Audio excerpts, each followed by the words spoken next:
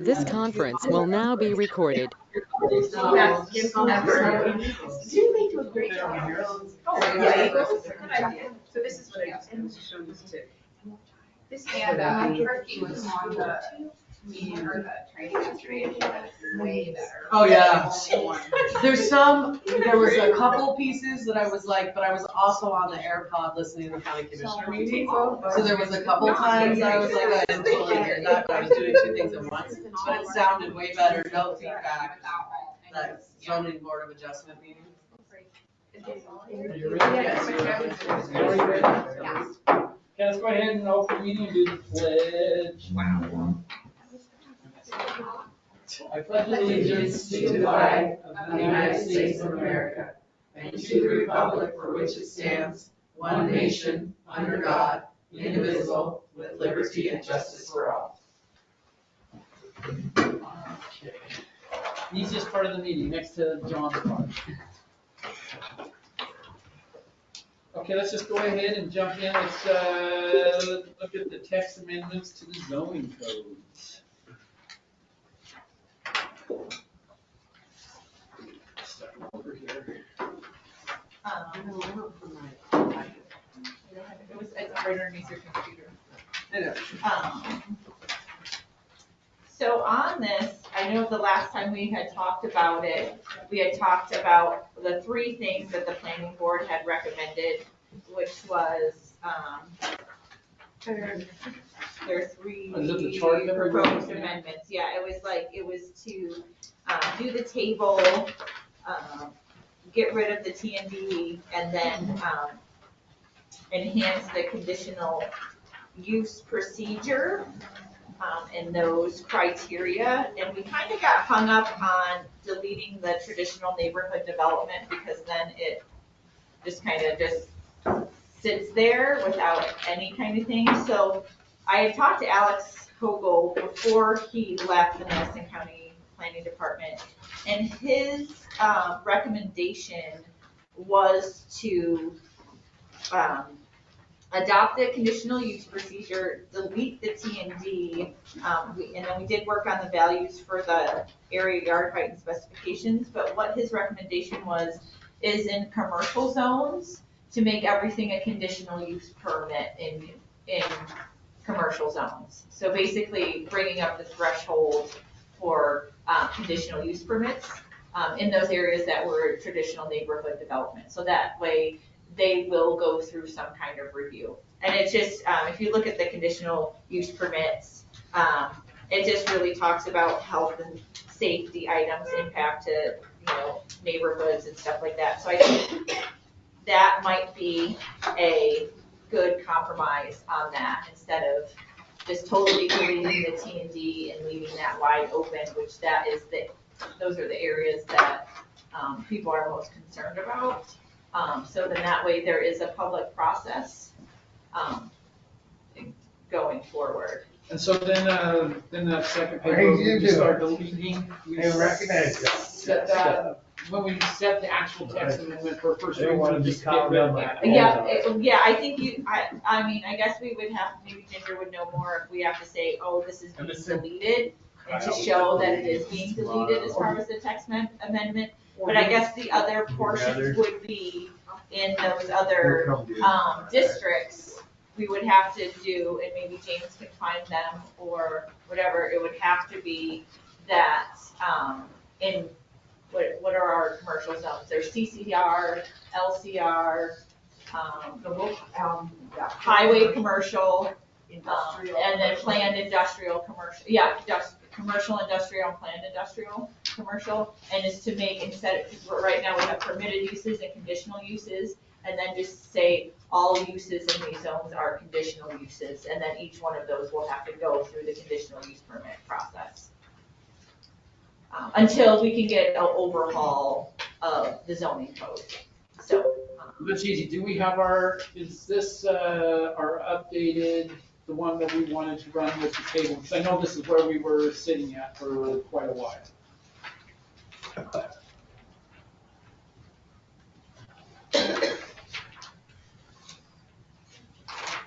doesn't feel like it was the updated, we had an updated one of these that, Ginger, do you remember this? We had an updated one that we had actually put numbers to, I don't think this is it. I think that that should have been in the packet, So is this the updated one then? but it says on the bottom of it, proposed new chart for commission work session. Got it. And then this, yeah. Oh, it is, that's the updated version. So it is. It is, because the highlighted areas, sorry, the highlight didn't come through. Yeah, what were, they were in the middle? The other, Yeah, these front yard. aren't updated. I think they are. Because I think this is what Lisa sent to us in a Google Doc. Okay. So I thought, I just want to make sure that it was. Well, I think it was, here they are, like the heights have come down in those, districts to 35 feet. That was one of the, things. And I don't know if there is a way, for the setback, like for, in local commercial, or in any of these commercial districts, that 35 feet, but some of them where they only have the side setback of 5 feet, and then they can go 35 feet high. I think you could almost do a tiered system if you wanted to get that complicated, or we could just leave it as it is. Yeah, and do you 35 remember feet. doing this one? Yeah, This was in July or August. Yeah, this is wasn't it? this is updated. Yeah, I spoke with it. yeah, so this is the updated version. 'Cause I didn't know that was the part that we were Yeah, hammering out. so I mean, I guess one of the things is, the next commission on taking, how committed are you to redoing the zoning? Zoning and how we redo the zoning in the Because future. that's, yeah.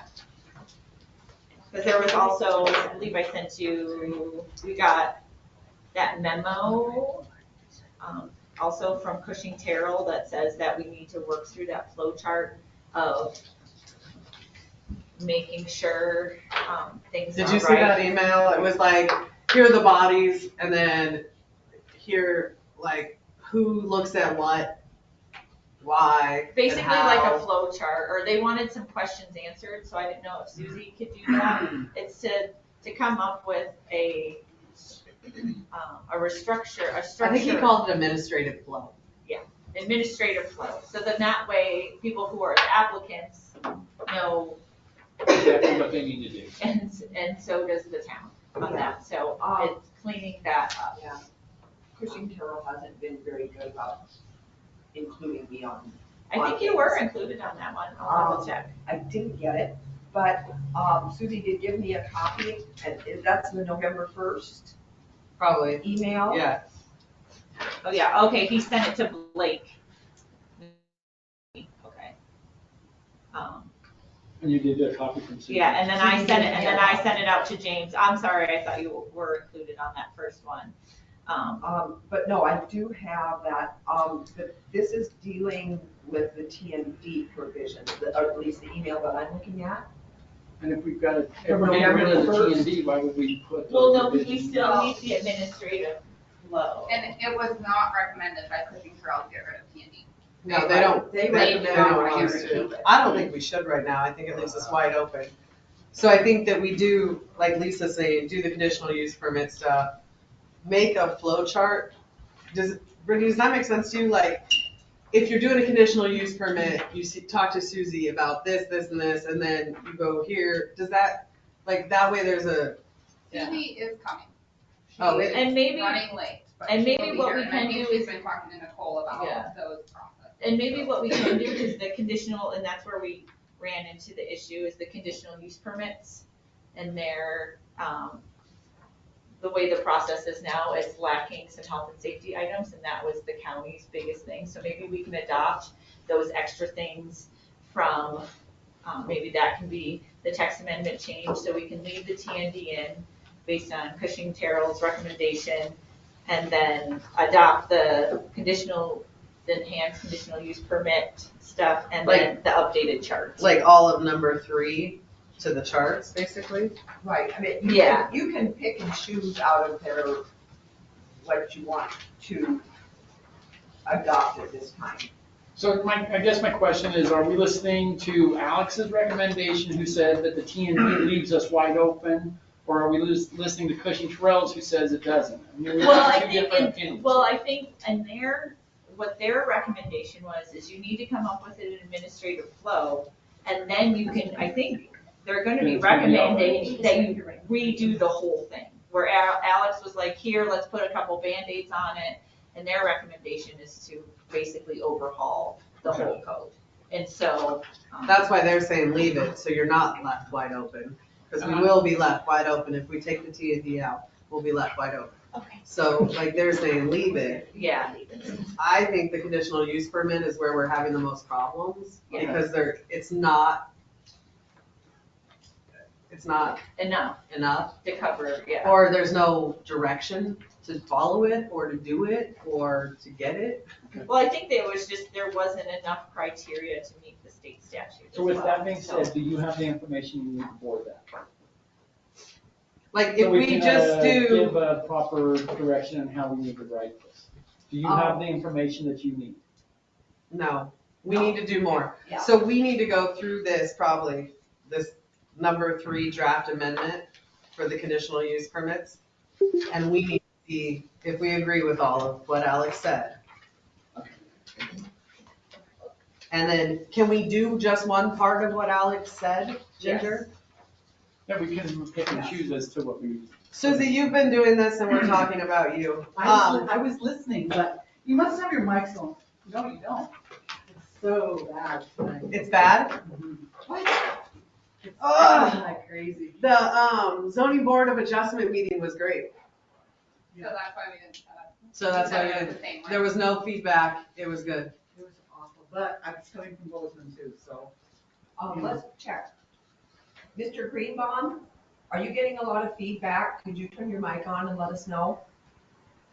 Look at two of the same thing. That's why I was confused. So Susie, what we're talking about right now is not. Okay, can you hear me? T&D. Yes. Yes. Can you all hear me? Yes. We can't Okay. hear you. Are you getting a lot of feedback? No, not at all. Not at all. Okay, thank you. That's what we needed to know. Leave All the right. T&D, but do Alex's, or read through this and see if we agree with the conditional use permit. Well, actually Nicole and I are doing Zoom on Friday, starting her process of starting with the administration, coming up with a flow plan, like how it should all go, making it way more clear cut. The conditional use goes to the county, remember that goes there first, before you even see it. So he cleaned up and added stuff. Alex? Yeah. Alex did not like the T&D whatsoever. Now, Nicole thinks that the T&D gives you some flexibility as to what might, see, I'm gonna say this kind of delicately, may not meet all the criteria, but meets most of it. It gives you a little bit of flexibility to, Well, it's job specific, right? Like depending on like No. whatever you're building, it not gives you necessarily. more. The T&D is all in the commercial areas. So the traditional neighborhood development has an overlay over the commercial areas. So you have to do maybe the conditional use first, then the T&D, and then this zone site permit. So you have like 3 steps you have to go through. And I know that Alex said that that's one of his problems that he had with it is each project could be, you could put different criteria on each one. And he says that's where we could get into issues, and that's why he wanted to get rid of it, because you could put. Well, I think that's where, wasn't it when James talked and said, okay, this is the reason why Alex doesn't like it, but it does serve a purpose, and did talk about that. So, being that, Alex is now gone and it's now up to Susie and Nicole. I think Alex's recommendations on the conditional use permit and making that more robust. Because that's why I think the planning board was having trouble with the conditional use permits, is because in their code and by their state statute, there are several things that need to be done, and ours didn't meet that. So, Well, it may have met it, but it wasn't followed.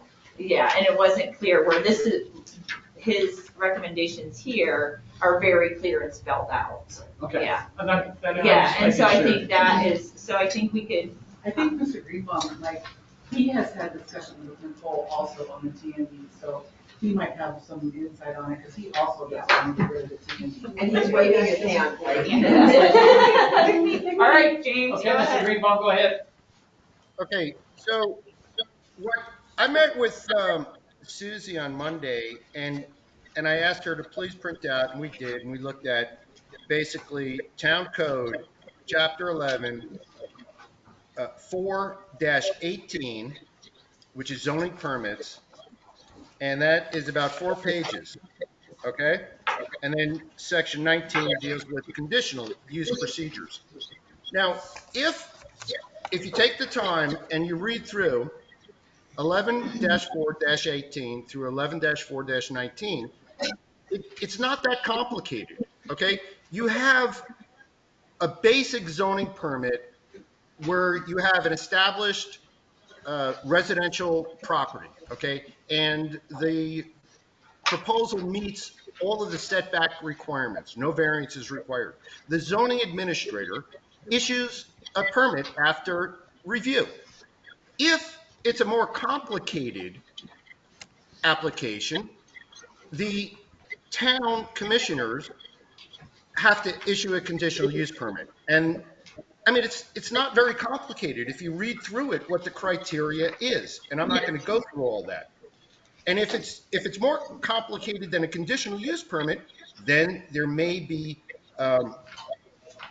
you may need more review from your planning board or department to give you further input, or in this case, your experts, Cushing and Terrell. It's not something that and I've been doing land use law for the better part of my career. I do not find this to be all that complicated. If people would just take the time, look at it, read through it, and look at what the criteria is for issuing a conditional use permit. Now, as far as your traditional neighborhood district, overlay district, to me, I think it's absolutely essential, critical, that the town maintains the traditional neighborhood district overlay. It's not that complicated. Again, you just have to take the time, read through the language. The TND is intended to, the purposes and goals are to preserve and protect your Western small town character. I do not see how a town body commission, in this case, the town of Ennis, I do not see how you could even consider removing that and repealing it in its entirety without, you know, I can't see you repealing that because it's essential to your planning. It's essential to maintain the character of your community. Do you And think we it's should consistent do, with your comprehensive plan, your growth plan. do you think we don't do anything? What about the chart with the numbers changed? Do we at least do that? I think we do this. Look, the town commission is a legislative body. You have the legislative authority to do things, and the town of Ennis has very broad powers. You can basically do anything that's not prohibited. You can't, there's certain things you can't tax, and you can't do firearms restrictions. Other than that, the town of Ennis has very broad general powers. So as far as land use, zoning, restrictions, changing your setbacks, your height requirements, there are a lot of things that you can do, and you have the lawful authority to do that. You could do it based on recommendations of your experts. You could do it based on public comment. You could do it based on what you perceive as the needs to, protect your town and deal with the foreseeable growth and the strain on your infrastructure.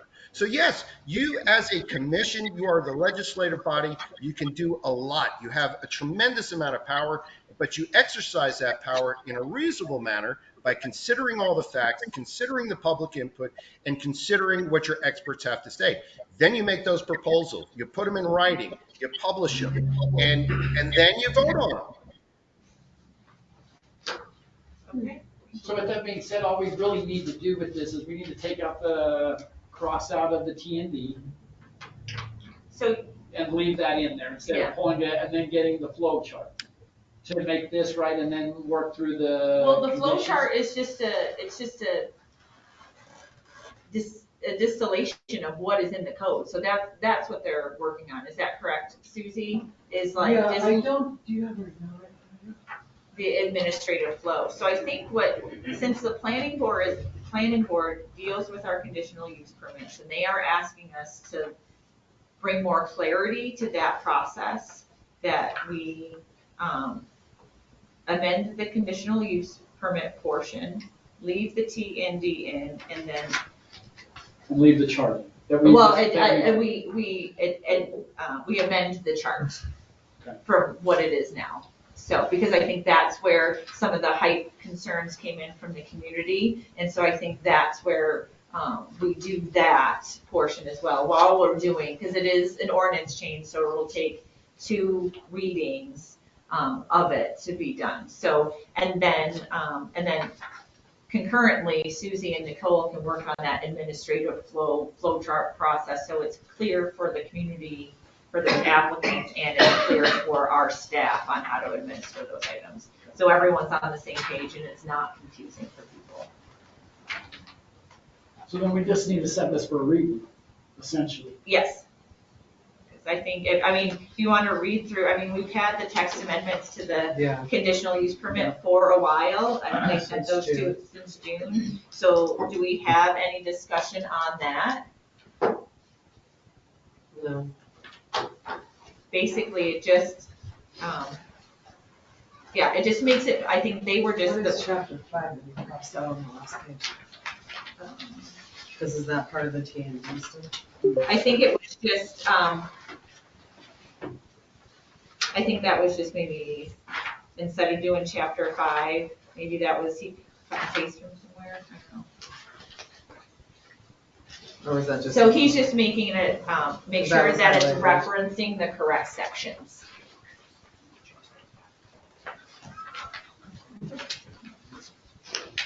He's got it online, it was all emailed to us too, so he's got it.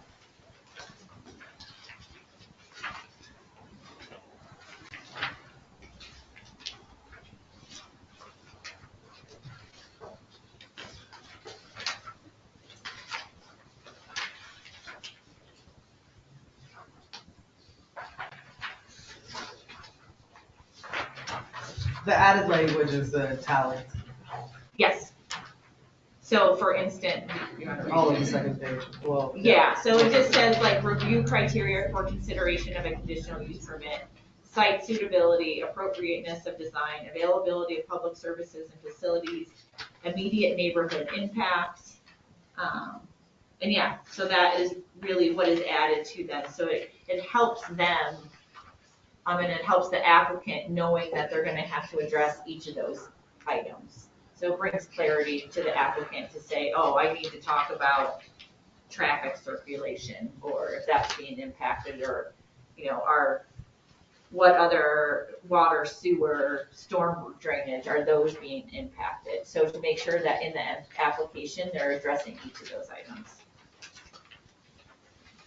Okay, so then other than that, so she can have the ability of cleaning it up, we don't have any other changes to set before a first read. The only addition is gonna be a chart explaining all the different processes. In basically. concurrence with what. Yeah, I don't that even doesn't think, need I to don't be- even think that'll be part of the reading. or That won't be anything. part of That's the for ordinance. That's, in-house administration, that's just for them. yes. And for whoever's applying to, I guess, well, no, that's for you to know. It's not for, it's for you guys. It's for Susie. And for the applicants to know too, so they know who's receiving their application, and then what happens with it, and where it goes, and who are the advisory bodies, who are the, So can we set this for a, So do we just move this to the 18th meeting for the first reading for a first maybe? reading, that's what I'm, We don't No? have time to advertise.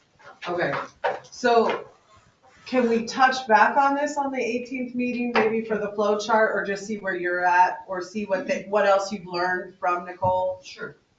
And see if we're doing She the wants right to work on thing. the forms too, which will probably outline a lot of that, so. Yeah, and will you explain to her that this is what we are thinking of keeping of Alex's and make sure we're on the right page with her since you communicate to her? Sure. So we're not putting us backwards again. Can everybody talk? So are you meeting on the 18th instead of the 11th because of the holiday? Yeah. I asked that question too.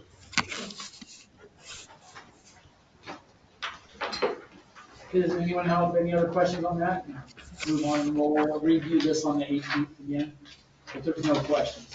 But could we, if we are set with what we want, can we, because how long do we need to advertise for, Ginger, and make it available? Advertise for 2 weeks, and it's got to be, so it's not more than 20, not less than 10, I believe. So if I advertise, If you submit it this Friday, it would come out next week, which would be the 11th. But then the second one wouldn't come out until the 18th, or the published date. So we could do first reading in December. But I don't even meet Nicole until Friday, Yeah. so there's Right. no way we can have anything ready if we don't. I mean, I can't. No. So when is, Maybe what's their deadline? Friday for Thursday at the paper? Yeah, they have a deadline. I mean, sometimes I can sneak stuff in on Mondays. They've been pretty good about that, but Friday is their deadline Okay. for the following week. Ginger? So, this gives Susie a chance. Susie and Nicole. What, Jim? Oh, I just want to make a suggestion to the commissioners that I agree that, if you could add more specificity to your requirements and explain to the general public what's required for a conditional use permit, that's great. And, as your town attorney, I fully support anything that you can do in that regard. As far as your process and moving forward, I would suggest that you handle, if you're going to make amendments to the conditional use permit, then just do that as one resolution. And then, or as an ordinance amendment, sorry. And then do whatever other parts of your code that you want to amend, do those separately as opposed to trying to do it all as one. And you could still do it within the same time frame as long as you publish and everything in accordance with the requirements. But I would suggest, for the sake of simplicity in trying to move these things forward, that you just handle each part.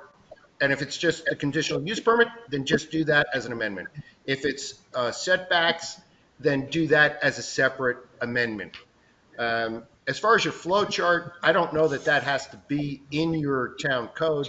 That could simply be a flow chart that just helps people. You hand it out, the handout. It's like, here it is. This is, helps you understand the process. So does that make sense? So he's saying do the Yeah. setback separate from the conditional use permit. Wrong? To just do each one as its own instead of lumping them all together in one motion, is that right, Jim? It would have separate motion. I think you could make your motion, you can make a motion to move forward with all of this stuff collectively. But I think when you finally get to the point where you draft up the amendments, I think they should each be separated. And I'll tell you why.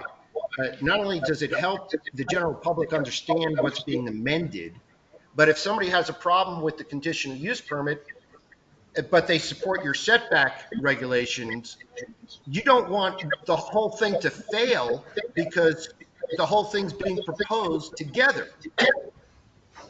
So if you segregate each amendment, each town code section, and you say, okay, this is the amendment to the town code regarding conditional use permits, add specificity, make that one as a proposal. If you then say, okay, under this section, we're going to change some of the requirements for setbacks, do that as a separate proposal. This gives you a better chance of moving each piece forward. Sure. Okay, that makes sense. Right. Thank you. Okay. Thank you. Sure.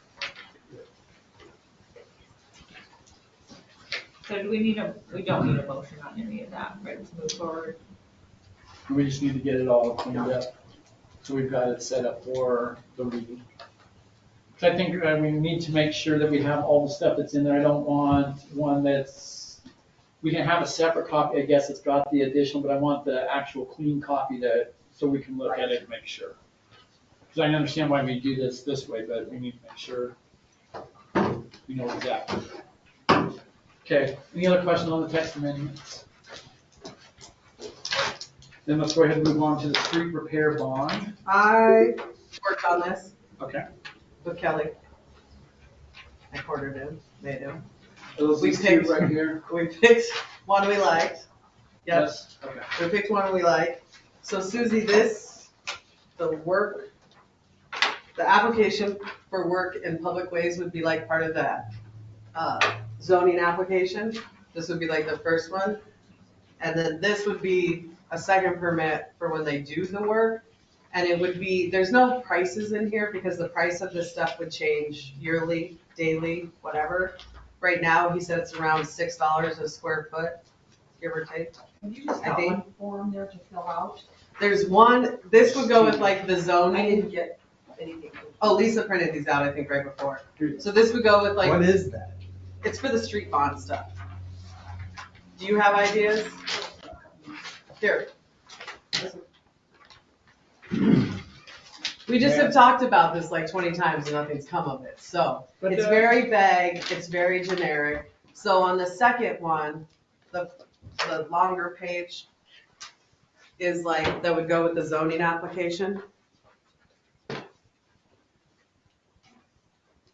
One thing that, when we were talking is if Oh, okay. we were And it's talking- very generic, That's- but then you can write in That's- a part That's perfect. with the job, he can go and assess it, and then he writes down what they're doing, and he goes off way I a can price, he measure does a out. price each one.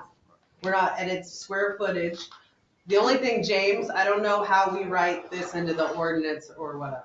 Well, and that's where we pulled it from. We West- pulled the other pulled it ordinance from and West stuff too, Yellowstone too, so we but- can send that to you, so because, this would go to the zoning. so to application. have this, you need to have the ordinance. Because the $500 just bond doesn't make sense. Because we didn't have anything. They And are. that's where But this I one was lets going. you, and it's signed off by you on getting the bond.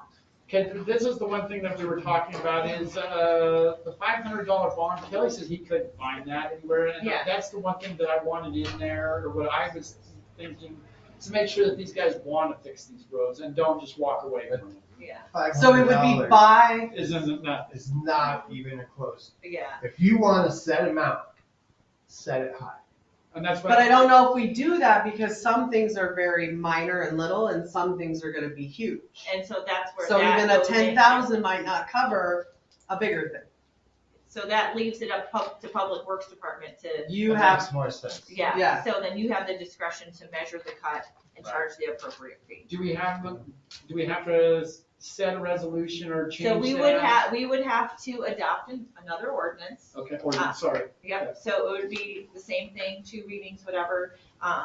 If we want to move for Jim to look into it, the one that it's Christie gonna be a lot recommended. of work Can on Can we that not side. just, can we not just change the one we currently have, or is I that? don't There think isn't one. we don't have one, right? That's what you were saying, that Kelly Couldn't find find it. anything for Exactly. the We $500. could- So here's an example from West Yellowstone. So, Okay, so we have nothing at all. and it's a little Oh, more, wait, hang on a second, we do have something. Well, it was adopted with the new permit, when the council adopted that. but it's just not the permit, right? Yeah, there's nothing There's in no there. language to back it up. Okay, perfect, So, that's what I want, yeah. so if, So this is a lot of work if we do something because we're gonna have to write the ordinance and write all the stuff to do it. So I came up with paperwork, but it's a lot more work than the paperwork. So we don't know, where do we go from there? So are we just piggybacking this one and cleaning it up? The so, West Yellowstone? That was an idea, That was, because I found one that Kelly came with the West Yellowstone one, because it's super simple, super basic, and they set the bond amount. Okay. But we're gonna have to write the ordinance and everything that goes with it, so we printed that out as well, so James doesn't have to do all the work. so he has our, But it's gonna be a lot of work. So if it's a reference point. So do we want to move forward with James drafting an ordinance for street bonds? Yeah, I think so, along with those two forms there that. Yeah, I mean, if that works for, If that works for you, again, I would, add something to the length of time, there is a, because yeah. like, Well, the we can both adjust the form as needed. Day an hour, or no, I thought it was hours of work. so there's I thought it was no, hours of work. Completion Yeah, then work, they have to 12, complete it 24. within a certain amount of I'm not time. talking about completed, I'm talking about, so we fixed this road this summer, Okay. and after the winter, the spring hits, and it's still sunk in. Oh, so a guarantee of workmanship for at least That's, 3 years or 5 I years. wonder if that would be in the ordinance.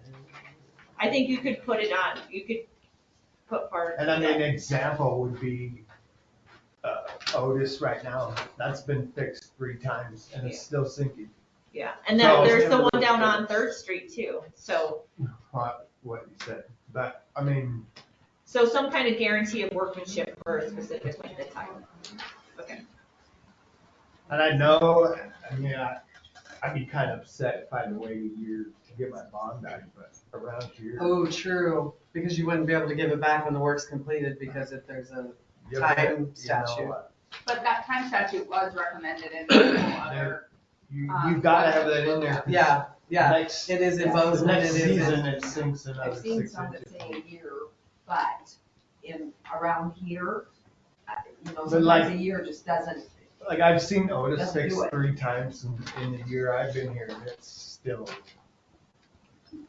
So, yeah, so So we'll have to this is gonna maybe be a long process. well, and that could be something with James, is maybe he can figure out how to offer that guarantee of work, workmanship or, Do they hold the Right. bond for, we got so much, yeah. Yeah, they do. for 3 years or whatever, for 1 year. Yeah, you don't wanna give the money back until it's Yeah, for, complete. yeah, for 1 year, okay.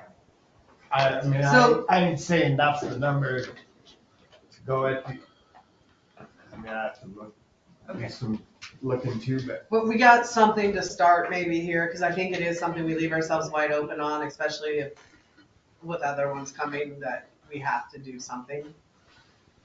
But I think the next phase of North 40, at least he subbed into the side, not, Okay, and 12, 24, 220, if there's C guarantees the site restoration for a period of 2 years from completion of restoration. So the language is in here. We just need to make sure it's what we want. yeah. So, So let's go ahead and, do we want to move for Yeah. James? Do you want a motion on that, or can James just take that? James, are you hearing this conversation regarding the street bond issue and the ordinance from West Yellowstone? I am listening in, and I will act upon anything that you guys decide with, sufficient specificity so that I can move forward and draft something up that conforms to what you're looking for. how much time would you need for this, you think? I mean, it sounds like you already have some samples in front of you, so if you send that to me and he said, these are the requirements that we're looking for, then I'll get on that and I'll work on it. So it could Okay. take, try to get it to you in 2 weeks or so. Yeah, that would be nice if we could see it by the 18th, so we can set it at that point in time for a first reading, so we can see what we're looking at. bond is 24, okay, so right here. And if you need more time, just let me know before we get into it. And As long as my cat allows me to work on it. read through, and then read through this. Boss of the house. And then, decide what you like and don't like. Hey, Christie. Right. Christie, so because there's only one speaker, if there's multiple people talking at once, people can't hear. So hopefully we can get an update on that by November 18th, so we can set for the first reading. Let's go ahead, does anyone have any other questions on the street bond? So let's go ahead and move on to the zoning fees.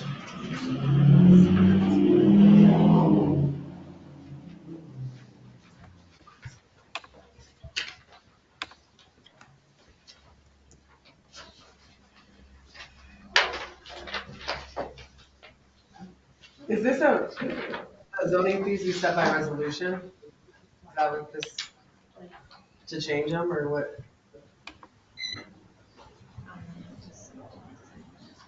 It feels like we had more than this on there. Is this just a combination of into each one?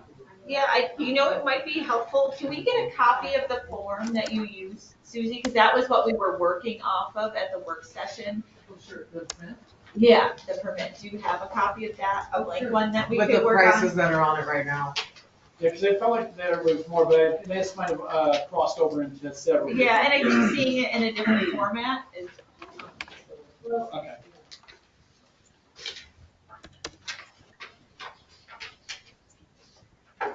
Christy, did you talk to West Yellowstone and see what they do for a bond for streets?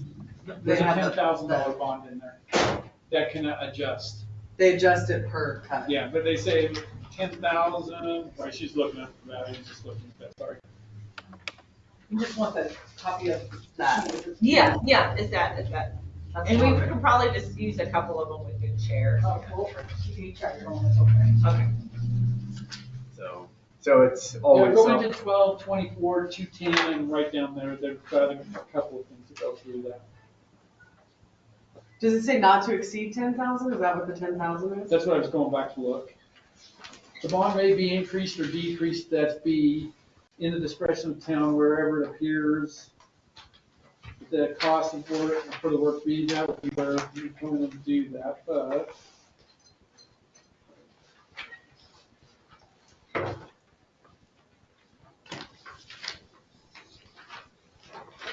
Hey, Eric, do you know currently what it is to connect to water and sewer?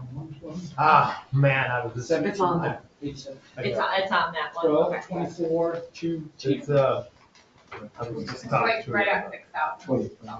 6,000. That's combined. Yes, Right. yes, okay. I knew it was like 24 and 36. The sheet from your August. Yeah, we're looking at that. Yeah. So I was just wondering what it currently was.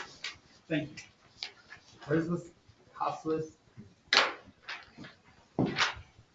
Zoning cost list? Can you take Well, that? we're on that. Yeah. What? We were just waiting for it. I would love to see information. Yeah.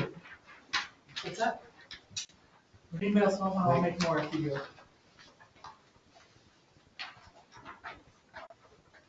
So pretty much the very first one, the street ponds is gonna be its own thing.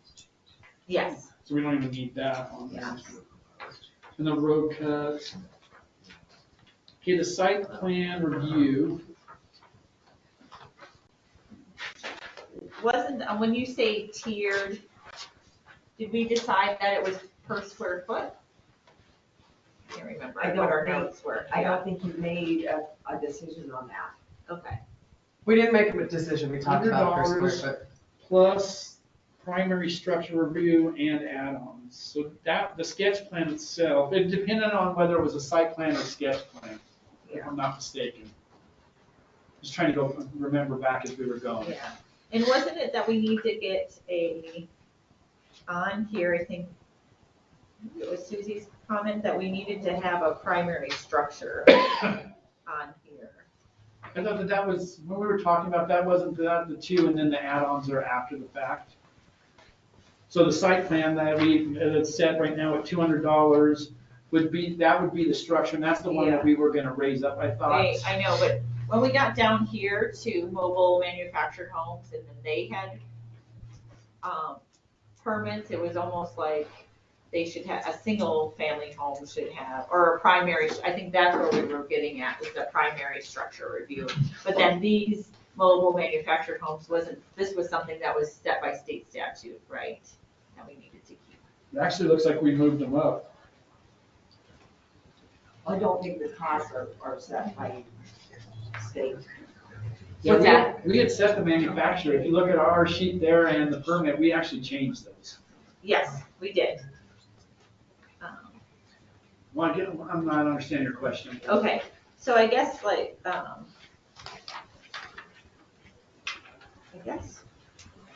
when we were looking at site plan review, I'm just trying to think back what we meant about tiered for the site plan.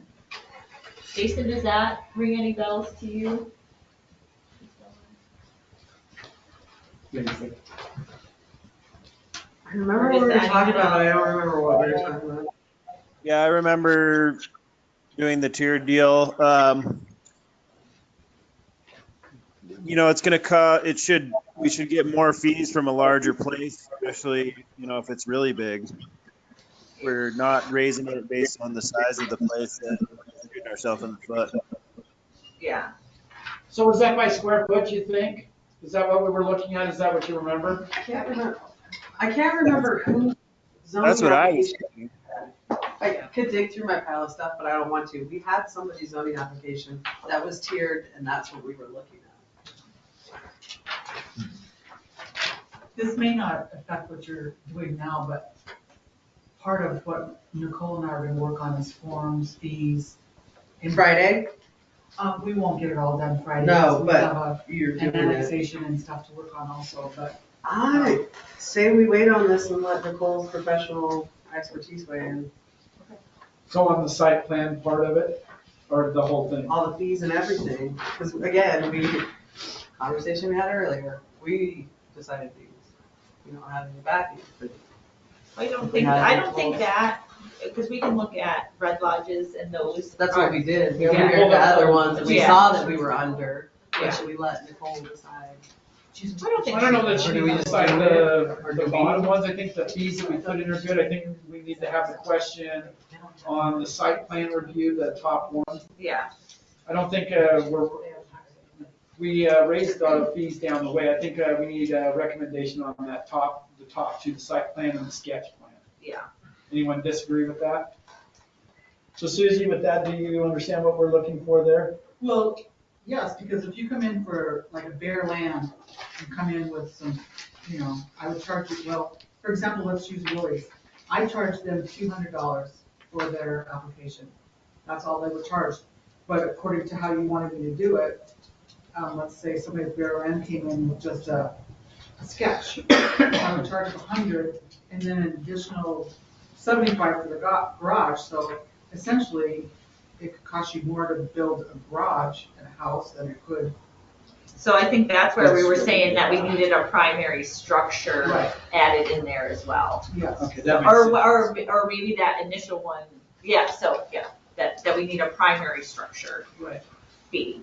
So maybe we can make that notation, add primary structure. In addition to the other ones. Yes. Okay. The prices that we raised, I think, are gonna be comparable, and she's gonna be on the same page as what we did, because we did look at a few zoning, I think, that night. So the prices are gonna be comparable. I think we just figure it out more, let them do it, and then, because we're gonna have to do a reading on this too, or is it just an amendment? So we're just changing what we have. I believe this can be done by resolution. Resolution, so it's just, I think this so let's states let that in code. Susie finish though. And if you change this, that can be changed by resolution too, the actual application? Yes, with just council approval, I believe. Yeah, Yeah. so you have, Because it's a yeah. form. Because it's a form. So let's let them finish, and then we'll put our prices on top of whatever she comes with. Just keep in mind that there's also permits coming in all the time that we're trying to deal with along with this other stuff, and, they're You're only. not getting anything. Well, they're only able to give me so much time, and I only have so much time. So when can we expect to have, what is your time frame? Well, could we set the price, since you're doing so much and our prices are so low, can we set it by resolution so at least we're getting more money for you spending your time on that? What do you think about that? And then we can incorporate the new prices into the new form. Also, just a thought for consideration for at least the near future. I mean, Susie has learned a ton, and this is gonna help her a lot getting these forms and everything changed. But I guess my question is at what point, is Susie gonna feel comfortable doing a big project on her own? And should these fees in the meantime, reflect the extra help that we're having to bring in. Yeah, so do we do the fees by resolution the 18th and then do the, if you change the form or anything later? But then we still need to, then we need to decide on the site plan review and the sketch plan review. Can you number. do that much by the 18th? I certainly will ask her on Friday. Because those, if we get those two taken care of, because those are the two big ones. I think, So- plus the primary structure. Because we are losing money, technically. If you put a site plan, would it come under square footage? It doesn't now.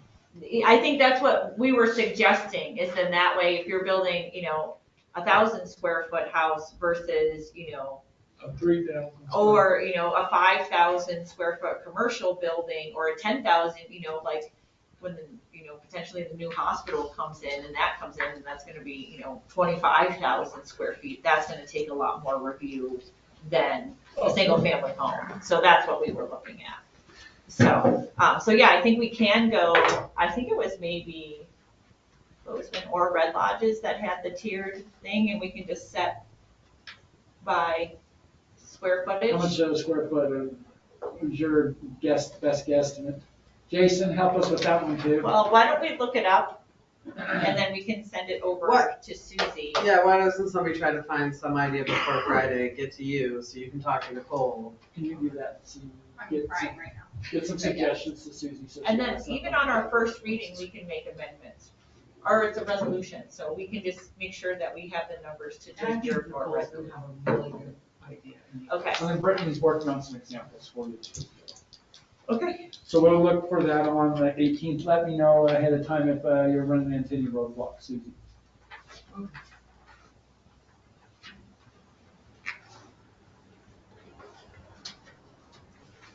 Okay, let's go ahead and move on to the annexation fee.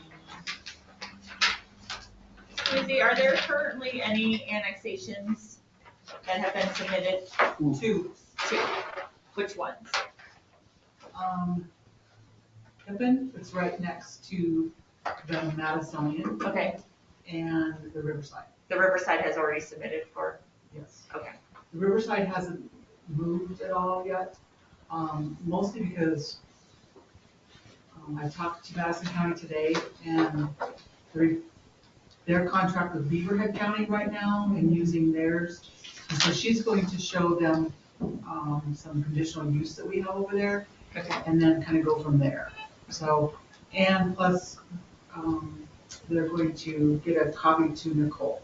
Nicole has Pippins, but she does not have the Riverside. Yeah. And it's gonna take way more than, I know, that was my concern, is that, like, looking at Red Lodge's annexation policy of how they charge, it's per the acre. And so. See, and I don't know much about annexations, because Ginger has done those in the past, so she's, It's like there's, yeah. I'm going through this first one, and then we're gonna go to it together, the Pippin one, the easy one.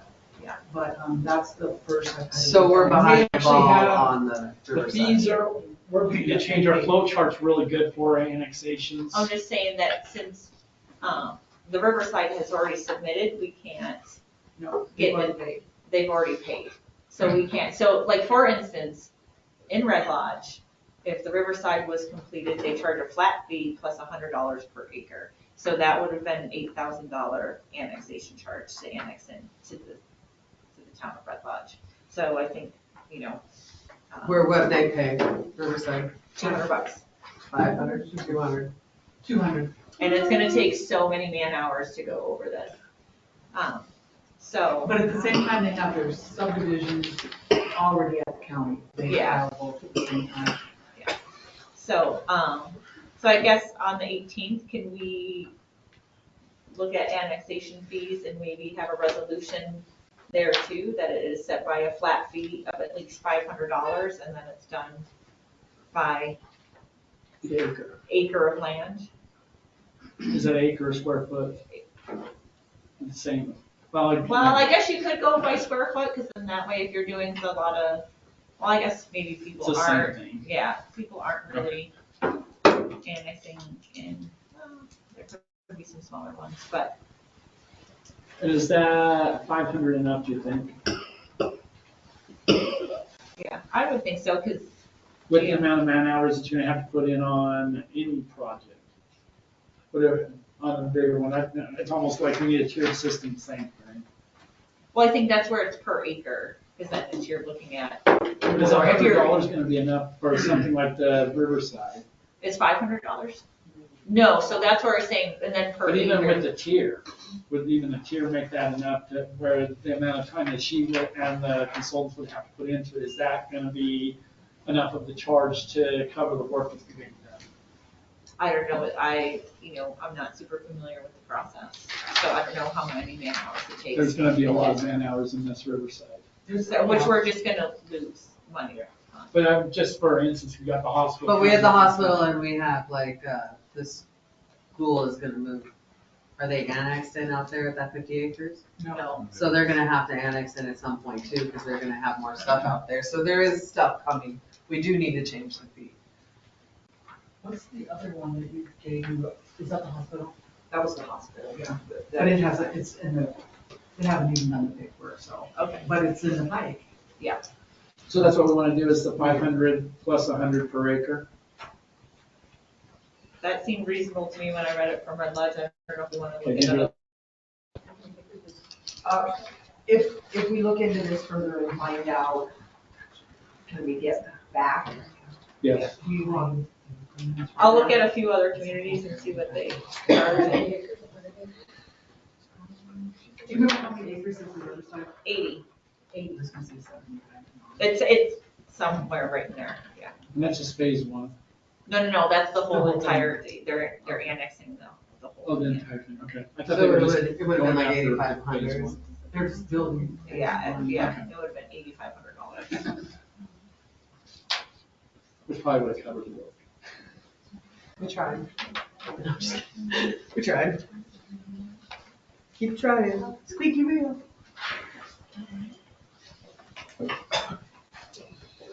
Okay, Can I ask a question on annexation? Sure. So I know in the Envision Ennis, we talked about any annexation, the owner would deed the water rights over to the city? Is that part of it? We missed the ball on Riverside. Well, no, I don't think, no, we have not. You got that? But we also That's could been do brought up. that with this, because could that be done by a resolution, or would that be an ordinance? Is that any property being annexed into the town of Ennis would surrender their water rights attached to their property to, would that be an ordinance? When I was visiting with Alex about the annexation process and what they look at, Yeah, he said that is part of what they look at.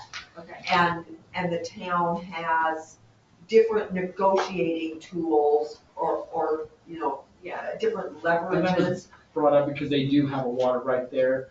And in lieu of that, we could ask for them to help find another water source to help take care of them. That's all in that Riverside, that water rights, because right on the edge of the, Yeah. right at the beginning of the property they have. Yeah, well, and I mean, But talking the with town the, has, you're able to negotiate those things. yeah, but Because I even- think that would be just I've heard from several planners that is just a Kind of non-starter. a standard. Yeah, that's not, I mean, it is a negotiating tool, but at the same time, that's just what is Sure. done. Well, it's So, one of the conditions we put into that initial plan.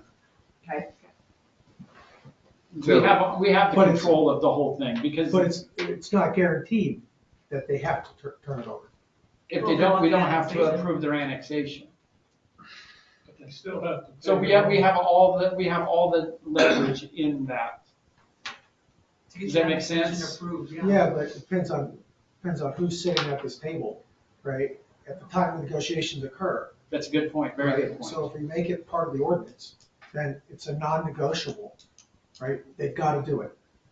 Jim, can we do that, where we just demand water rights from an annexation?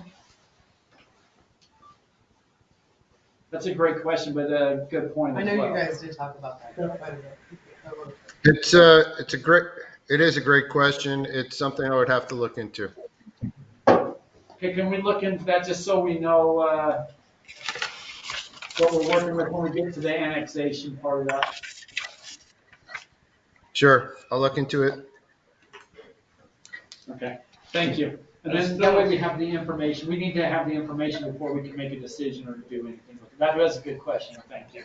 But still, if they want to annex in, they have to pay for the sewer and water hookup. Yes, they do. I mean, we don't do it for them, they have to do everything. Correct. Okay. There's a lot of conditions that go with that Riverside. That's you need sleeping material to grab a hold of that thing. Okay, anyone else have any questions? And that will go to the planning board on, is that their December meeting? I don't know.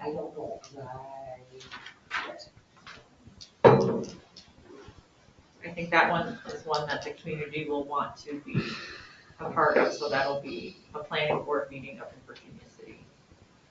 Yeah. So keep your calendars open. The planning board, but then it'll also come down to us. This is gonna be a I know, but long process. they do the big.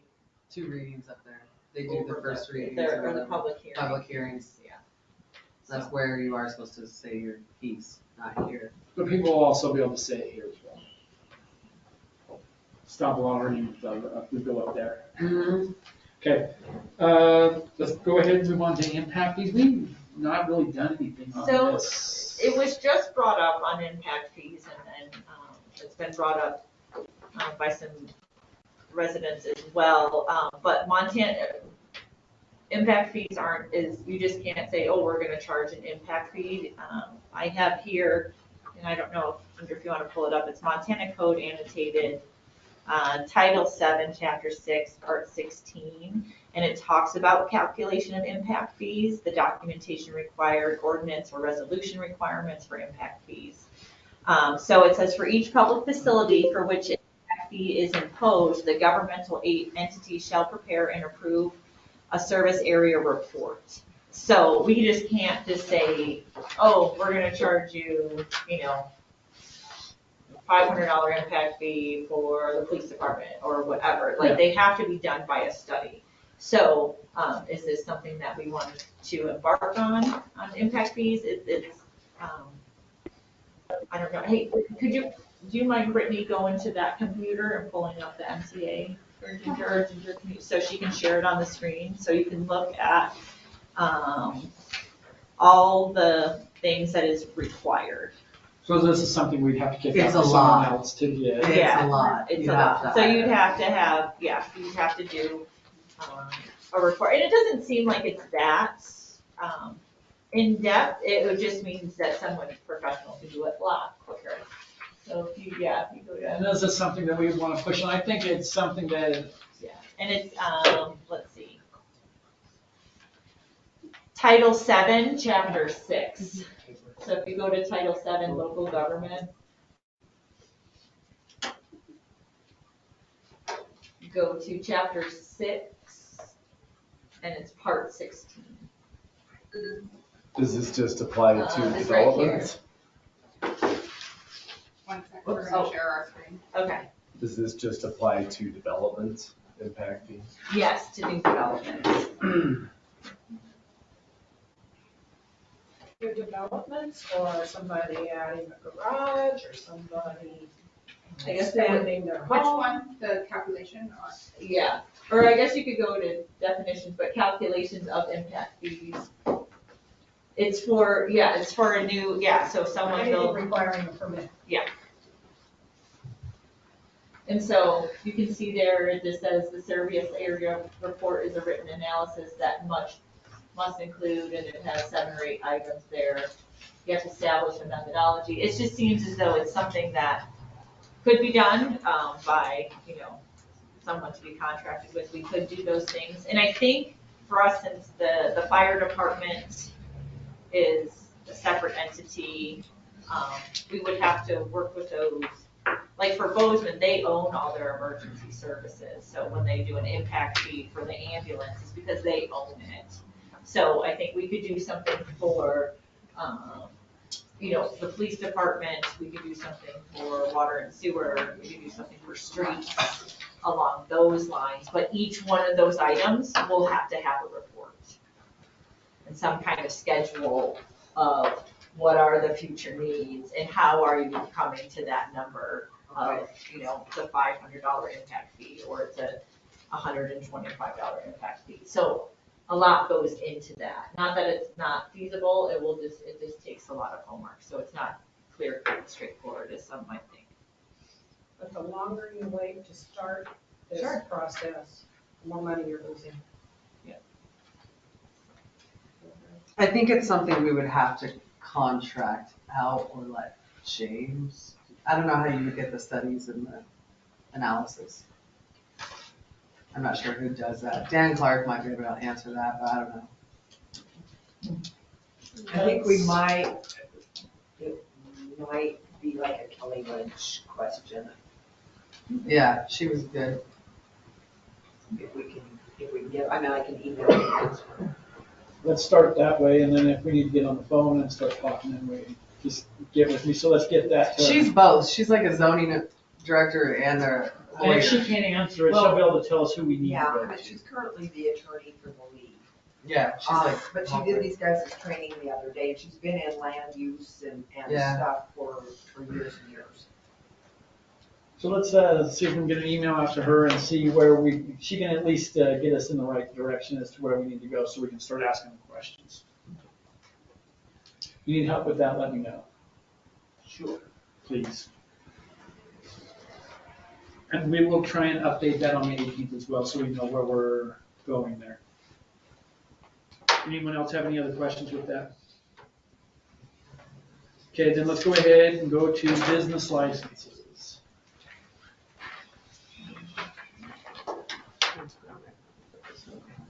Yeah. We even have, I don't know. We don't have anything. Don't have anything. We've talked about it several times. Yeah. We might pop it down on a couple of, So Three Forks, so I did a little bit of, I know we looked at West Yellowstone's, and we liked like the basic fee. And then they had a list of stuff. The unfortunate part, the hard part, I guess, to do that is when you list every single type of business, is that there's gonna be a new type of business that's not accounted for. So, reading back through Three Forks one, if we can keep it kind of somewhere, and does our printer AirPrint?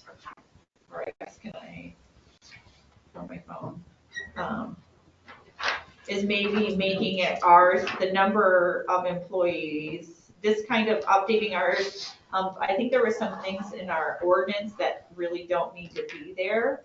And Three Forks had a very simple one. Unfortunately, I didn't print it out.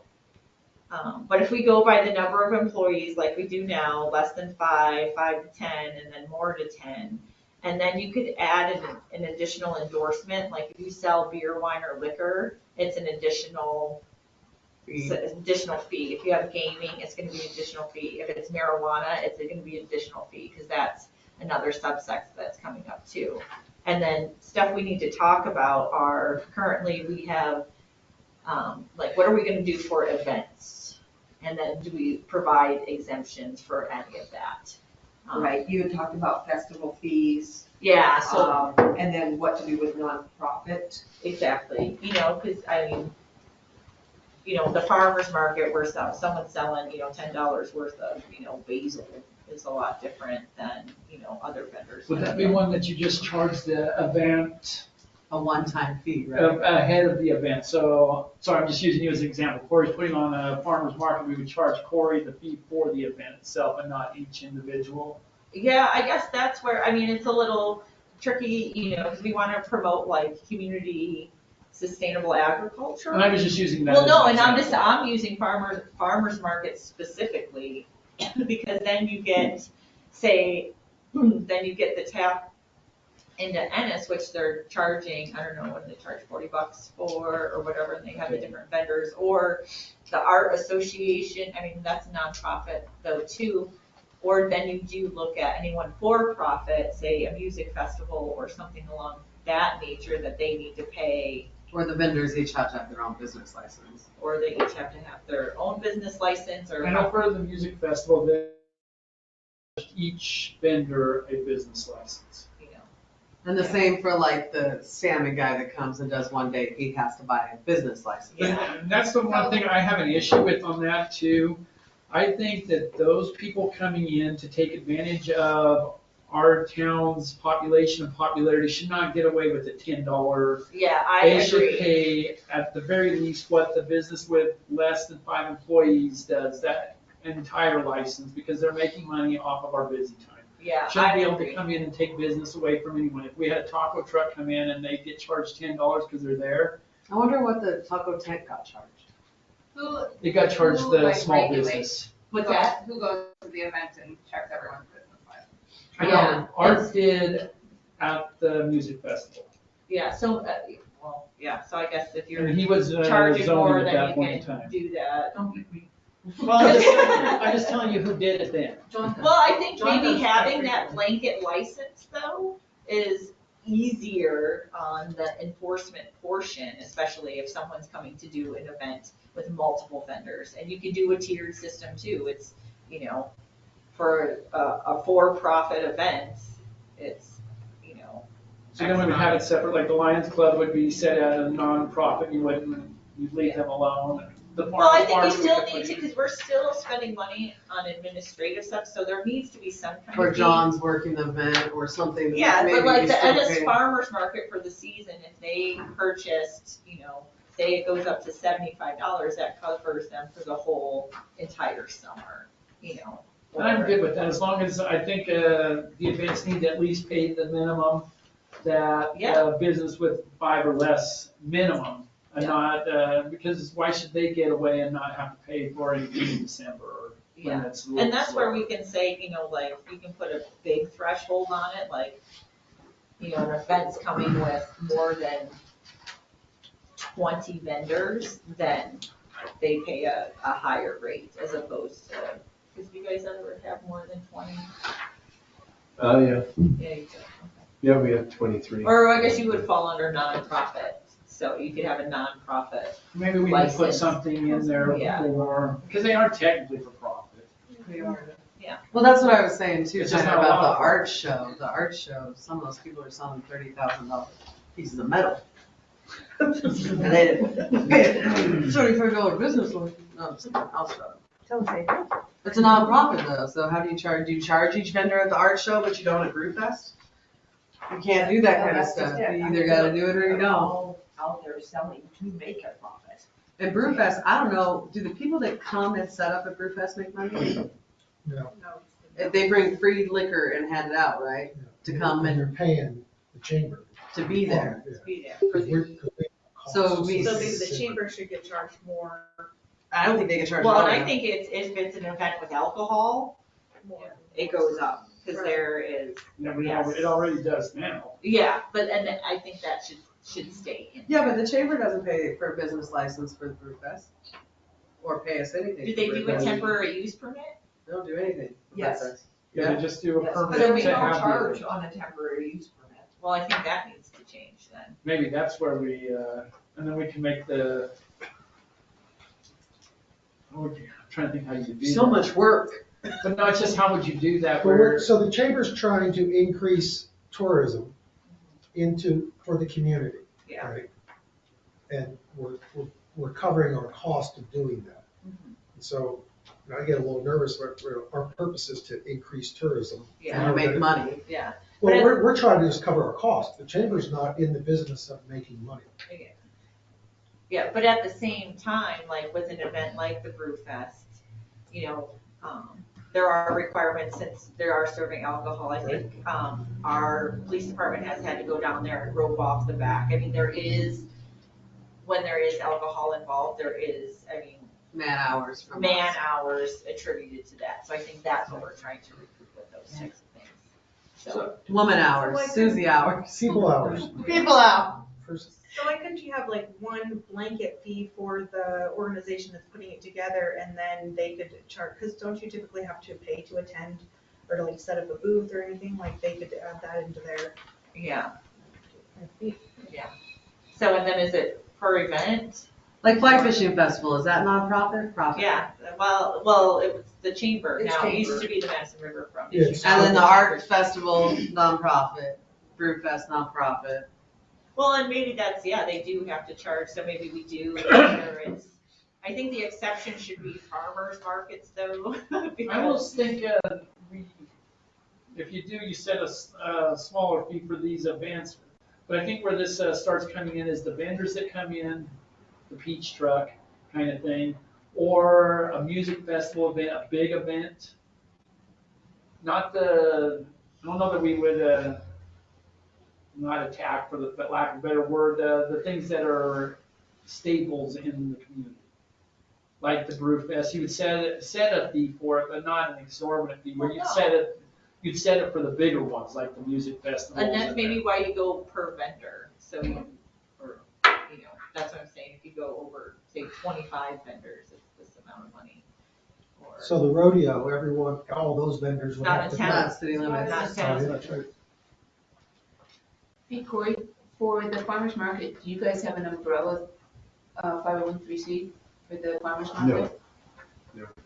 See, that's how, when Farm to Fork, that's how we did it. We had an umbrella 501(c)(3) that was, so it was a nonprofit. And all of our vendors then put in towards paying for the insurance that we were required to carry wherever we were. We had to have a blanket insurance coverage as well. And so that's how we fell under Farm to Fork when we had the farmer's market in town. That's what we fell under, was that nonprofit status. Yeah, we have intention to do that possibly next year. We're missing one of our members on our board, so she does a lot So to of start work. with, I guess, the 331, the business license fees, businesses with less than 25 employees, right now we have it set at 25. What would we like to go to? Did we go to 75 or 100? We had all this. I think we had, we went to 75, and then 5 to 10 was 150, and then over 10 employees is 200. And then for an additional endorsement of beer, wine, or liquor, it was 250, gaming was 250, or marijuana was 250. on top of that. I got them right. I feel like the employee thing is another, like, am I gonna go to Master Foods and count their employee pay, like I that? think people are pretty honest on, I mean, But, if, so you well, had they have mentioned- 5 on Tuesday and 6 on Saturday, but I think, Is it working employees or hired employees? And full-time or part-time and, Well, but, like- so like West Yellowstone is the one that you had mentioned me look at before, and they don't base it off employees, it's more like industry or. It's Yeah. totally, there's no Category. employee. It's like, Yeah. if you're a grocery store, it was like 100. If Yeah. you're this, it's this with this. And then like. But I if think you that's serve where beer it's like- wine, it goes up or whatever. yeah, based on the type of industry, then that can really change, because you could have, or, and you're worried about naming everybody's type of industry, which could get complicated too. Well, there's, if they have a question, they're gonna call, and if they're not under one of these industries, they call under basic business fee of $50. And then they even mention on here, expositions, so $25 per vendor that does not already hold a, West Yellowstone business license. Theirs is very, you are gonna run into like, well, I'm in, making sheep farm. Yeah, no, and that was the one I originally looked at, and then I was like, okay, lodging, well, then you gotta break out lodging between hotels, motels, bed and breakfast, short-term Or rentals. is it just lodging? So, Maybe it's just lodging, and you pay that, Well, it'd have to be based on the size of the lodging too. yeah, and that's what they did a basic fee and then a certain amount per unit. $2 per unit or something. It was, yeah. Is how they did it, so. although like they have rental equipment establishment, basic fee plus per snowmobile, mini bikes, 25 cents per unit, I'm like, no. Yeah, so, so maybe employees We don't is have a snowmobiles on the road. easier way to, what is your feedback from the business owners in the audience? Employee, for me, it's basic. I'm the only employee, right? So Yeah. I don't think you go off employees. If you did number of, basic fee, number of units. Well, that's only for lodging though. Yeah, Now but we I have to mean- break it out per industry, and then we get into rental equipment and da-da-da-da-da, and then kind of, We don't have any rentals here. We're good. with Christians and rentals. Yeah, but that was like the snowmobiles and bikes and. Well, yeah, Because that's that's, what Well, you don't ride They could snowmobiles not. on the road. You go to West Yellow So, Snow in like- the winter, they're riding their snowmobiles on the road. Yeah, where so you- they have hotels, motels, condos, is the basic fee of $50 plus $3 per unit. That's pretty simple to kind of figure out, I mean, you know how many units you have, anyone, so maybe it is a per unit per lodging. And where you can break it out, and where you can't, just there's the basic. The retail, or it's under retail or manufacturing or whatever. I guess you could write it out like that. Do all the Airbnb and all those get business license? They should. They're supposed to be registered with the state, but are they? That's the question. And no, we don't get any business licenses from any of them. They should. None Could of you- them? can you I enforce thought, that? I thought Can Mike you and Heather enforce Hale it? got business licenses on theirs, no? And so, yeah, so what we would Property need to management, do right? But she has a bunch of again, Airbnbs. would be another That's ordinance more people there. or part of our zoning that says, and it regulates short-term rentals specifically. Like Bozeman has a really extensive short-term rental, and I agree, it should be done. So as far as they have different types of short-term rentals, like if you're renting out just a room in your house versus you're renting out a single-family home. And then, and technically those short-term rentals are also to be inspected through the state. So we should have, a form that says, have you been, have this inspection, plus because it's a health and safety thing. If someone's renting out a basement with no windows, that could be a problem. It could be a huge problem. And So so, they do break, Who has the West jurisdiction? breaks it out. Yeah. What's that? Too. Who has the jurisdiction? it would in be the town. So the state through the county, because the county does the inspections for short-term rentals, you could say on our form, say, let's see the copy of your inspection from the county. You could do that. And say, and then you could also say in that ordinance that when they're advertised on VRBO or Airbnb or whatever, that on their, wherever their first page of their advertisement must list their city permit number. So then that way, when we're going through Airbnb and trying to do some kind of enforcement, it's actually, you know right away. You don't have to go be digging 4 clicks back to find their permit number. It says, Town of Ennis permit number. And, these all came out of what our county is trying to do to regulate them because, short-term rentals do play a role in our economy. But at the same time, it's a double-edged sword, I guess, that, because they're taking away housing as well. So how do we regulate them where they are a part of that, but we're also, I did have a conversation with Heather Hale that manages several of them, and she was like, I'd be happy to do any of those items, get an inspection, make sure all the paperwork is in order. And she said her clients felt the same. So I think that would be a good thing to do. There are also things that we could do in our zoning code, coming back to the zoning code one more time, that it needs to be updated, and what we can do there for affordable housing issues is we could allow someone to do like a mother-in-law apartment where the zoning only allows a single-family home, but what you then say is you have to live on the property. If you're gonna rent that out, you can only rent it out if you're in one of those units. So then that way it helps people offset the cost of their mortgage, instead of just an investor coming in and going, oh, great, I get to turn every single-family home with a garage into 2 rentals, and then pricing out people. So those things can be done in our zoning code, and that's what we tried to achieve 4 years ago. I went back and looked, and it was, 2000, it was 2016 and 2017. And so I just wanted to reiterate to everyone listening, we didn't get off of page 3. These are things that are affecting our community. Nicole, I'm really glad that you're here because these are the things that Kay and Mark Odegaard and I spent so many hours on there. And now it's all coming down the pipe now. And now we're trying to drink out of the fire hose instead of trying to plan. So these are really important things.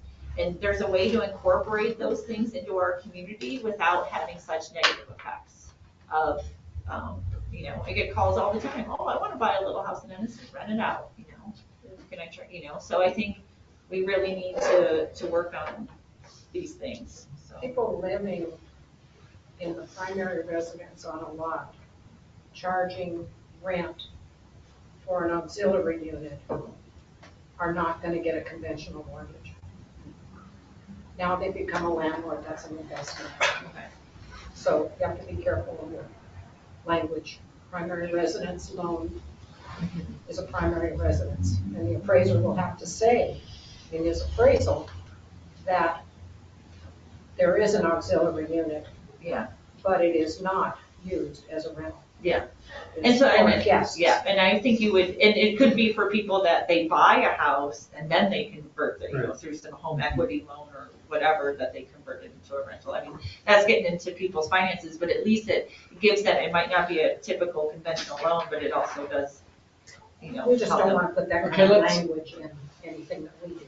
Yeah. That's good, but let's swing back into the business fees, so we're working specifically with those. Yeah. That's all. So are we this just, is are we the gonna whole try to number. just do resolution and change what's in here, or are we gonna try to You know, there's change so the much whole? stuff that I is know. This is- out, so if you can there's- pull up, if you wanna pull up Three Forks business license. I did, and it's, $50 for 15. No, I mean the ordinance itself, not the Oh, okay. fee schedule. Yeah, because they don't break it out at all. No, Not even they by don't break it employee. out at all, but the actual, it just says if you're conducting business, it's very simple.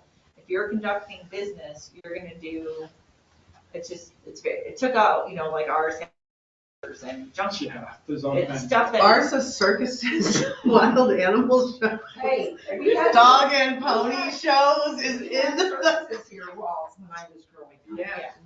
So there's a lot of things that just don't Fortune apply, and I tellers? kind of looked at Three Forks because it was very simple. And so maybe that's something that Jane could also look into, is that, and to. Single tit Because shows. John and Ginger did spend a lot of time on a draft, but I think it's still It's pertain, 25 it per still was day. kind of like, And it didn't update a lot of what needs to be in there now. yeah, exactly. So I think we just need one that is straightforward. James is back up. I mean, when I first started, it was Susie and I looking at it. Well, I've been listening in. I have been listening in, and I, number one, I just want to compliment Lisa Roberts on your term and your service. I saw the results this morning, but I mean, you've done a fabulous job as a commissioner and as a representative. And in fact, I mean, uh, your knowledge and your willingness to look into and research these code provisions. I mean, I'm writing it down right now, you know, the impact fees, 76-1601, et cetera. And what you do is exemplary of what a commissioner should be doing.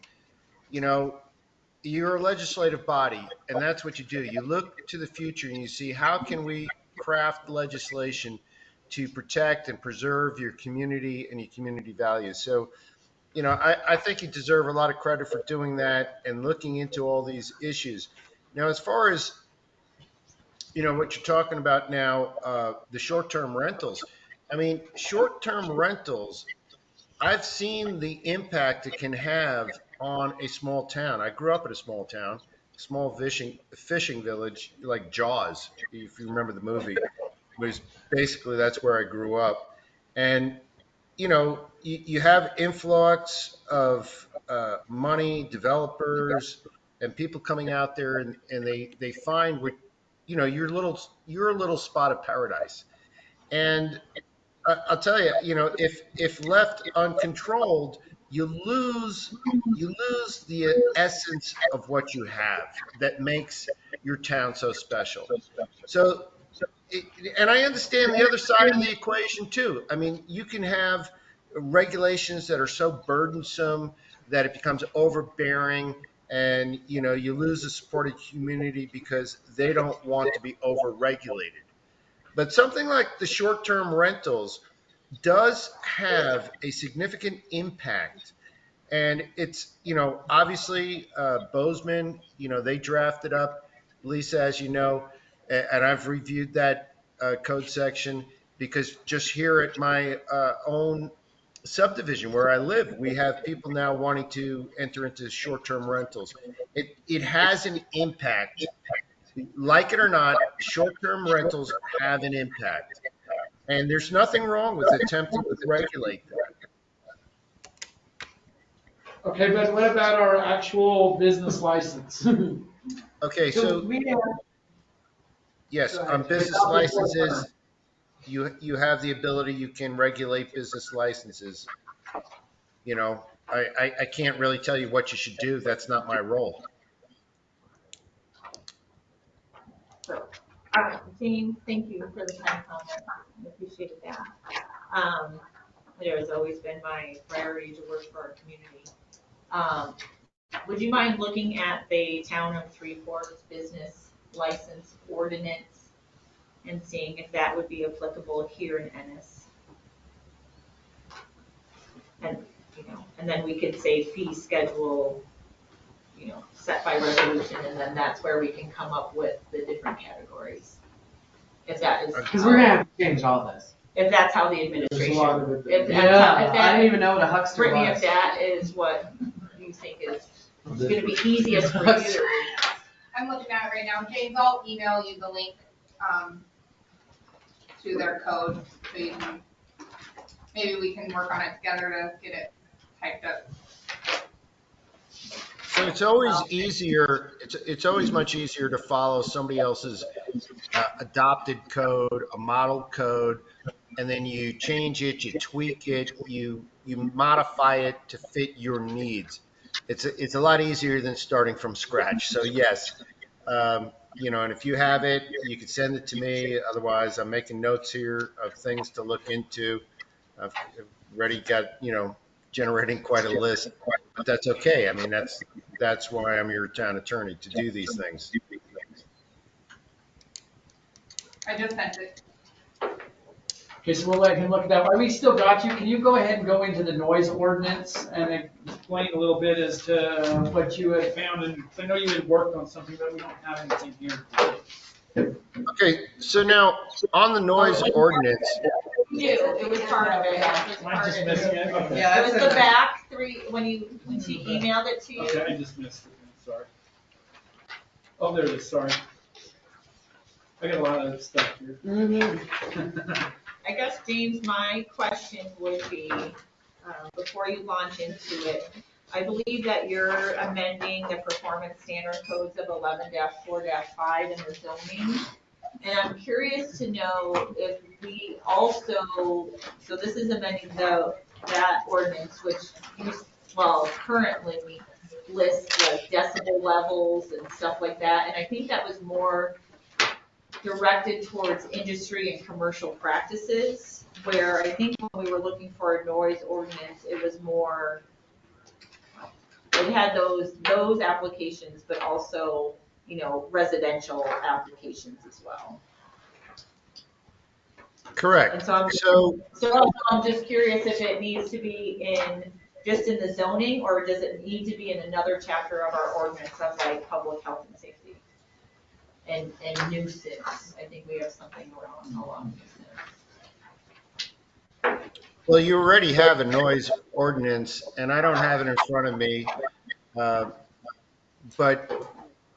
what we were attempting to do was just basically amend the existing noise ordinance. I believe it's just a self-standing ordinance. I don't know where it is, if it's in public health and safety or if it's So this one, where you wrote 11-4-5, the performance standards, that's right. Performance standards regarding zoning.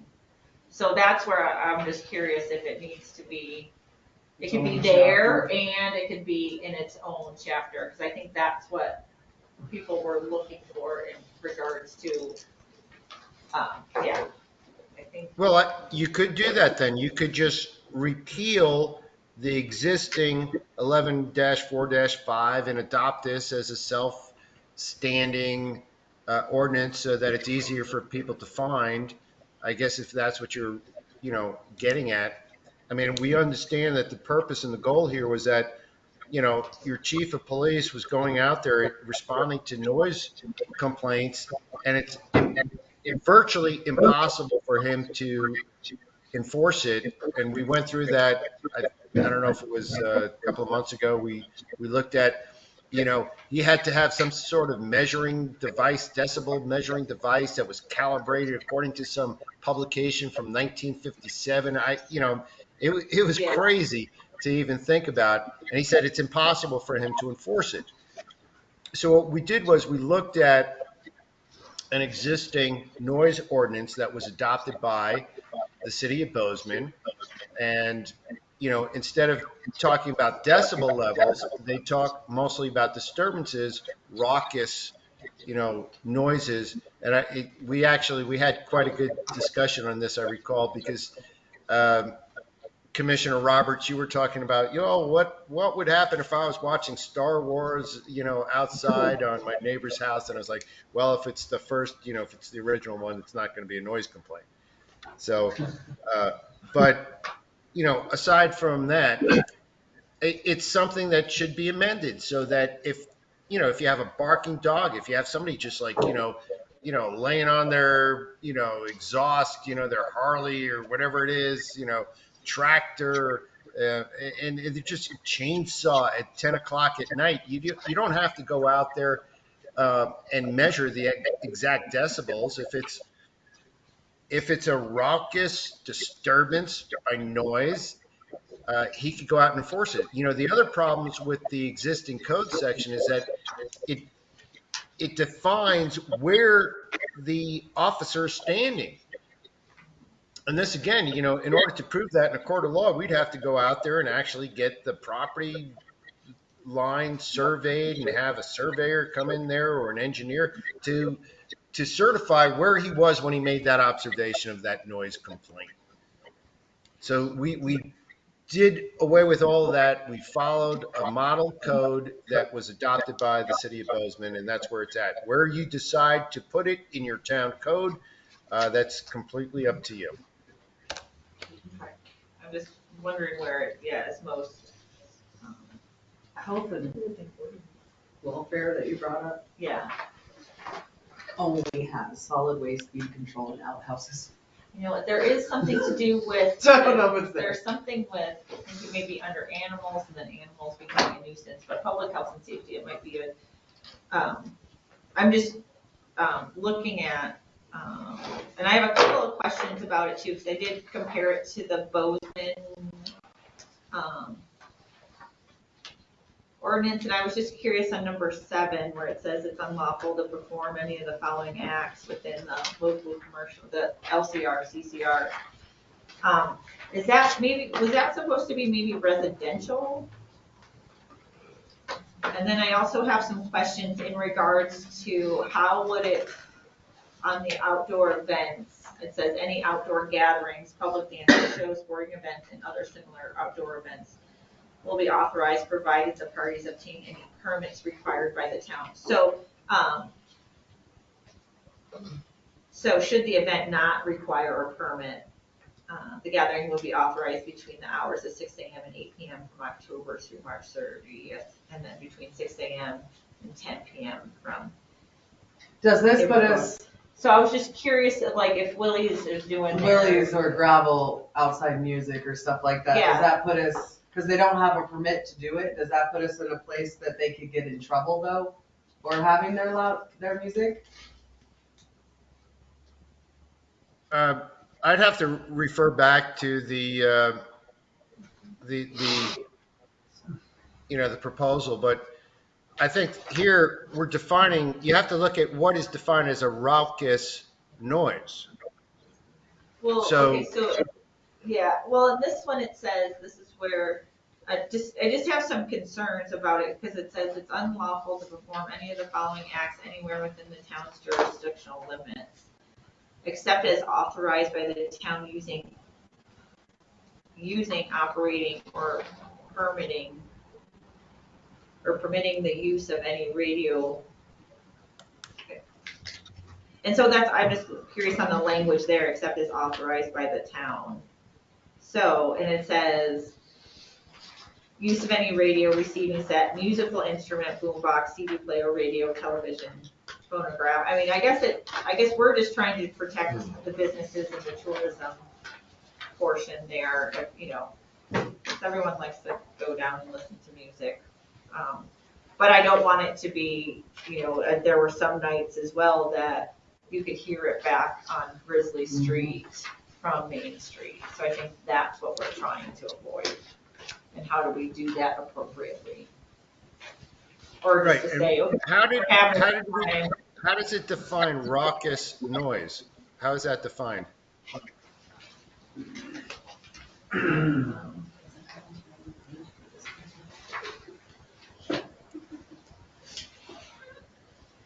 Doesn't really say where. It doesn't.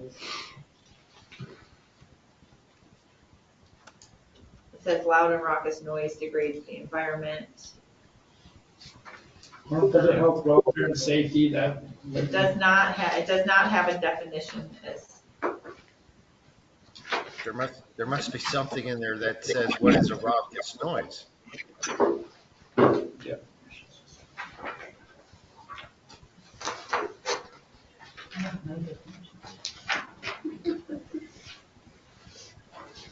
It says noise ordinance to protect, preserve, and promote the health, safety, welfare, peace, and quiet of the citizens through the reduction, control, and prevention of raucous noise or any noise which is unreasonably disturbs, injures, or endangers the comfort, repose, health, peace, safety, or of reasonable persons of ordinary sense of. So, I mean, because it comes down, it defines emergency work, but it does not, I mean, unless somewhere else in Bozeman's code, it has a definition of raucous noise. It just, yeah. Let's see. Basically defining it in that sentence. Is that how it's doing it? Okay. And it just says the use of sound amplification equipment. I guess maybe that's where you're saying, okay, I'm down on Grizzly Street, I can hear it, it's now raucous. Is that? But it doesn't fit any of the definitions that he's got set in one.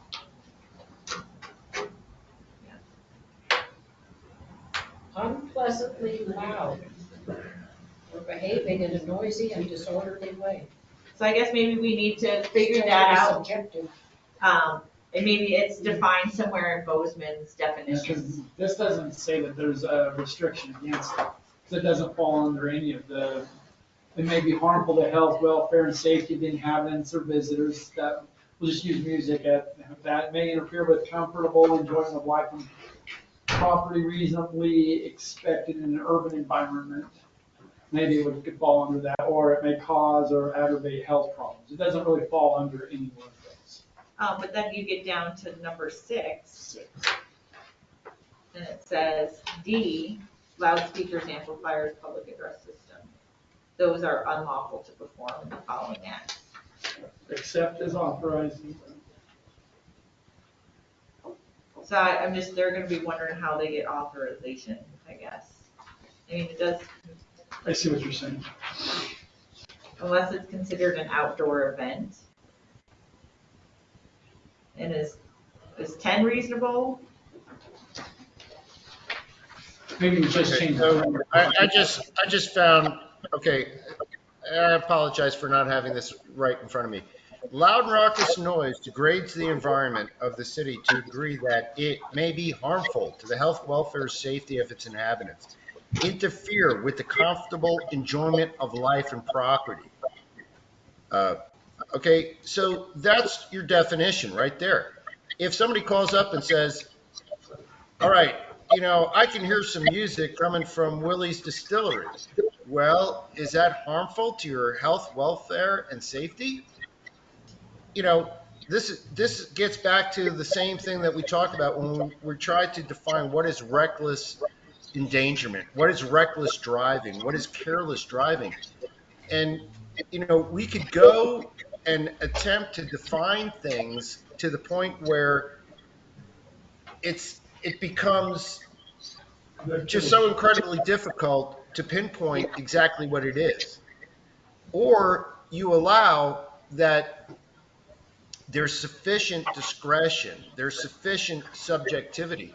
Now, again, if you have an entire neighborhood comes up and says, hey, we hear this music coming from Willie's, we can't sleep at night. Well, maybe that requires a visit from law enforcement. But if it's, Well, then you then look at 6D where it says loudspeakers, amplifiers. Is that where that then would come into play? So. well, if you're talking about sound amplification that creates loud and raucous noise that may in a particular manner, time and place substantially and unreasonably invade the privacy, peace, and freedom of the citizens, the way this is drafted is it gives a certain amount of flexibility. So that's about all I could say. 6. Sound amplification equipment. Where this is. And are we okay with, I guess, so,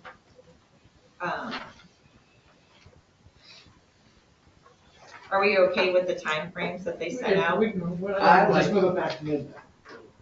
And that would cover that right there. Can you do midnight on a boat for quite some? Isn't it 10? Well, I don't know how long they play, but Oh, true. Gravel bar stops early. Yeah. So it's 10 o'clock early now? 10, or- like 10. 10:30? Willie's is 5:30 to 7:30, and then it's like 8:30 to 10 for gravel. I mean. Oh, yeah, because the brewery shuts When down. when they're outside at the brewery, they're not late. That No, closes down. they start, And then they 10 o'clock start at yeah. 5 o'clock or 6 o'clock. So 10's Oh, I thought probably it a was good right enough time. I think 10's That way, okay. they're gonna be covered until 10. Because So we say 11? Because if Yeah, a I'm music alright with event comes, they're gonna have a permit and it's Yeah. gonna be public notice that it's gonna be loud that night. Why don't we go to 10 and well, I don't know. I guess Just I'm go to trying 11 the sleep whole. at If you get a loud band, even inside, you can hear them back, and that would cover the, night. Okay. So 10 or 11? I like 11. I'm already asleep, so.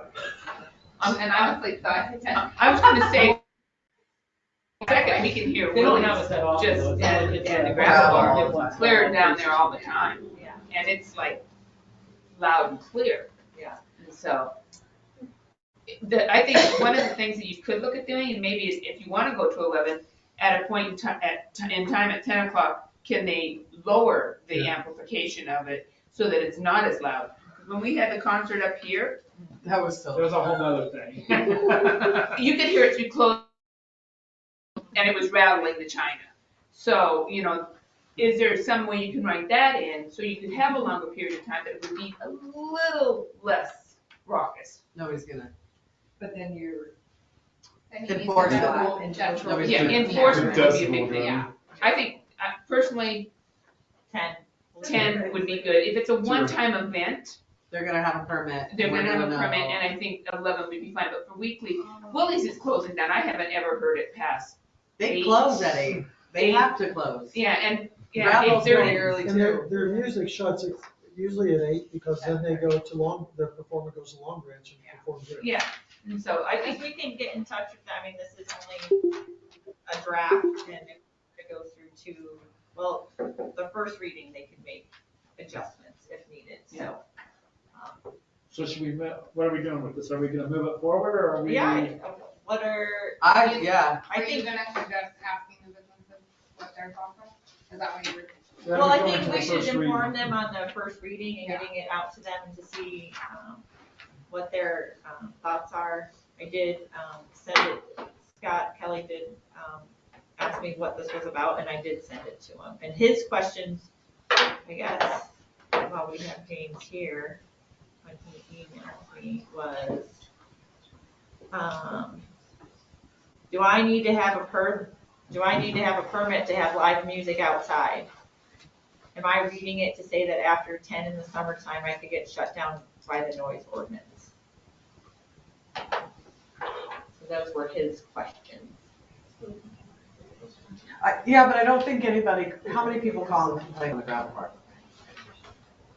Yeah, maybe can you I do like just a know when weekend to go exception? down Yeah, there and everything. Friday and Saturday till 11. Or till midnight? How many people, I don't think that many people call and complain on the gravel bar, do they?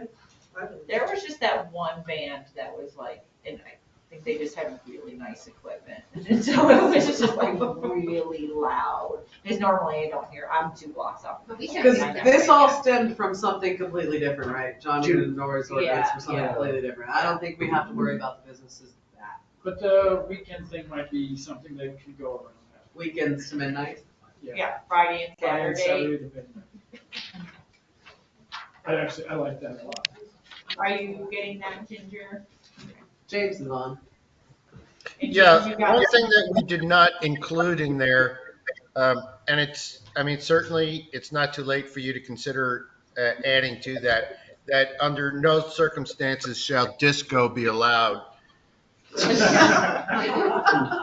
We need a Saturday night fever soon. I'm in trouble for it. So I think, yeah, thank you for that suggestion on the weekend. I think that's a good one. But not for the no disco. I love disco. They give me some bell bottoms and sequins. Very prepared. His pants won't fit me. Okay, let's go ahead and we'll update that on the 18th then. If possible. Okay, let's go ahead and move on to the library wages.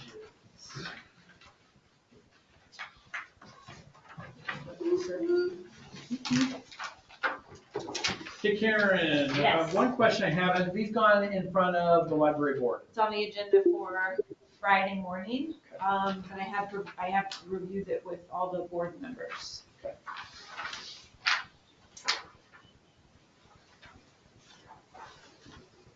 If you have any questions for me, please.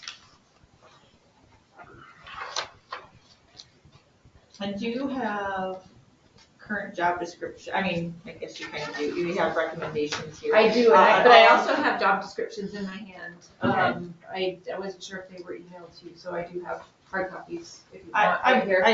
I guess more so, has the board reviewed the job descriptions recently? Yes, and they are also on the agenda for Friday. Okay. They have been reviewed, they will be approved.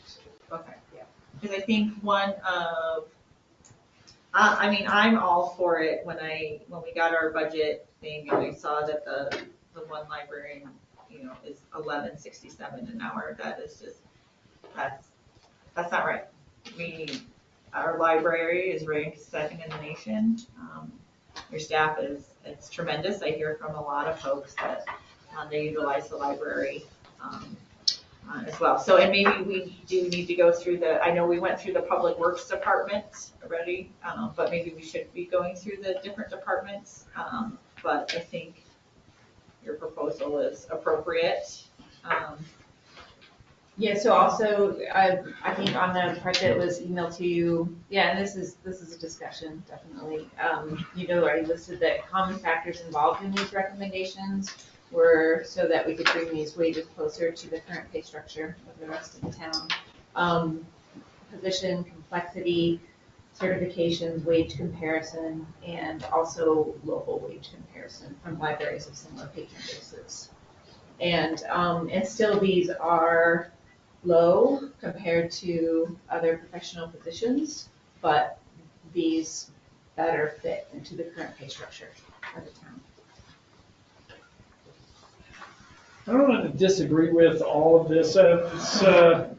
I think the bottom two definitely need to be moved up from the $11.67 and the $13 range for sure to get them up closer. I'm not sure if I agree with the top two, the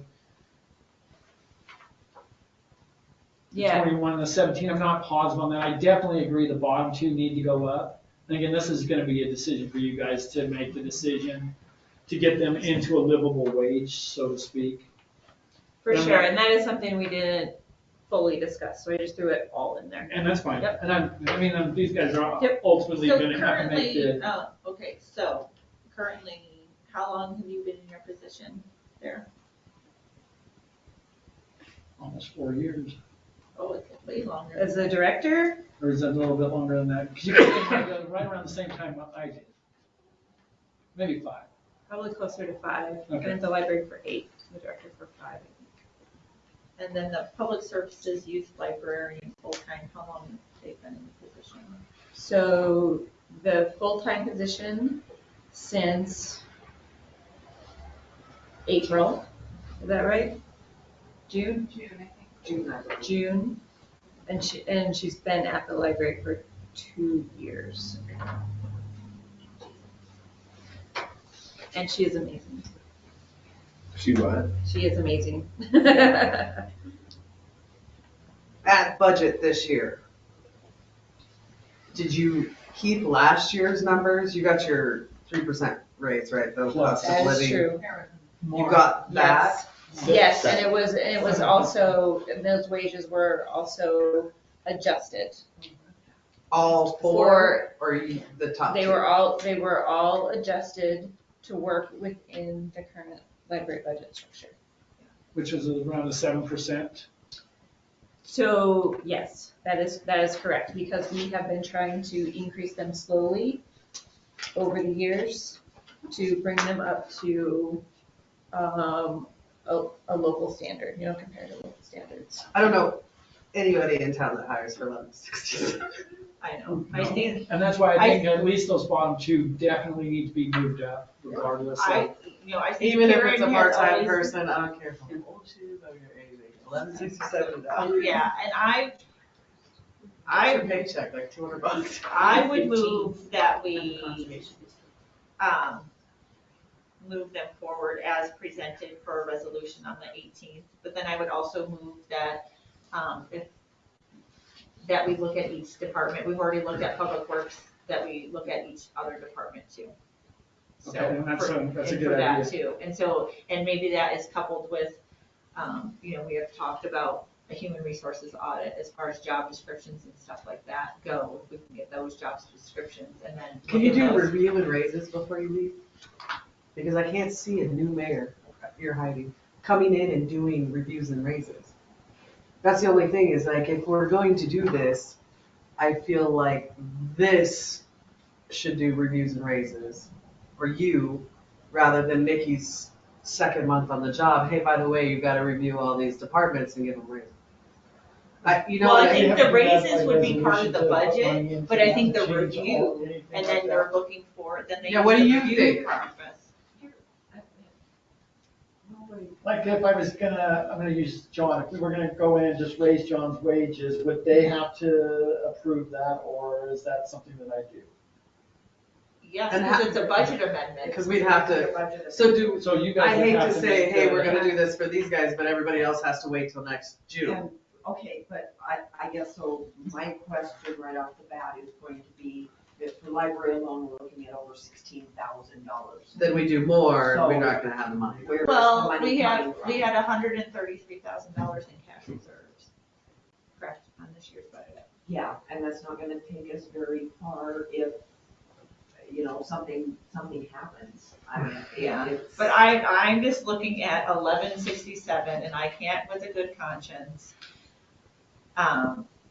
say that that's okay, and we did it for the 13 public. isn't I even think okay. everyone But agrees here's- that the bottom two tiers are Okay, underpaid. and we did it but we also did it for the Public Works Department, and I'm saying we do it for the rest of the departments,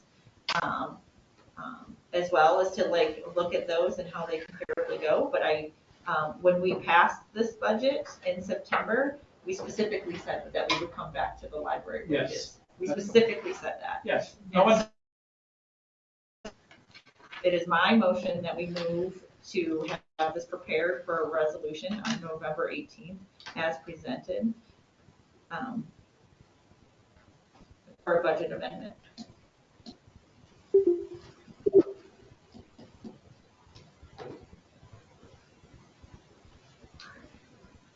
I second that.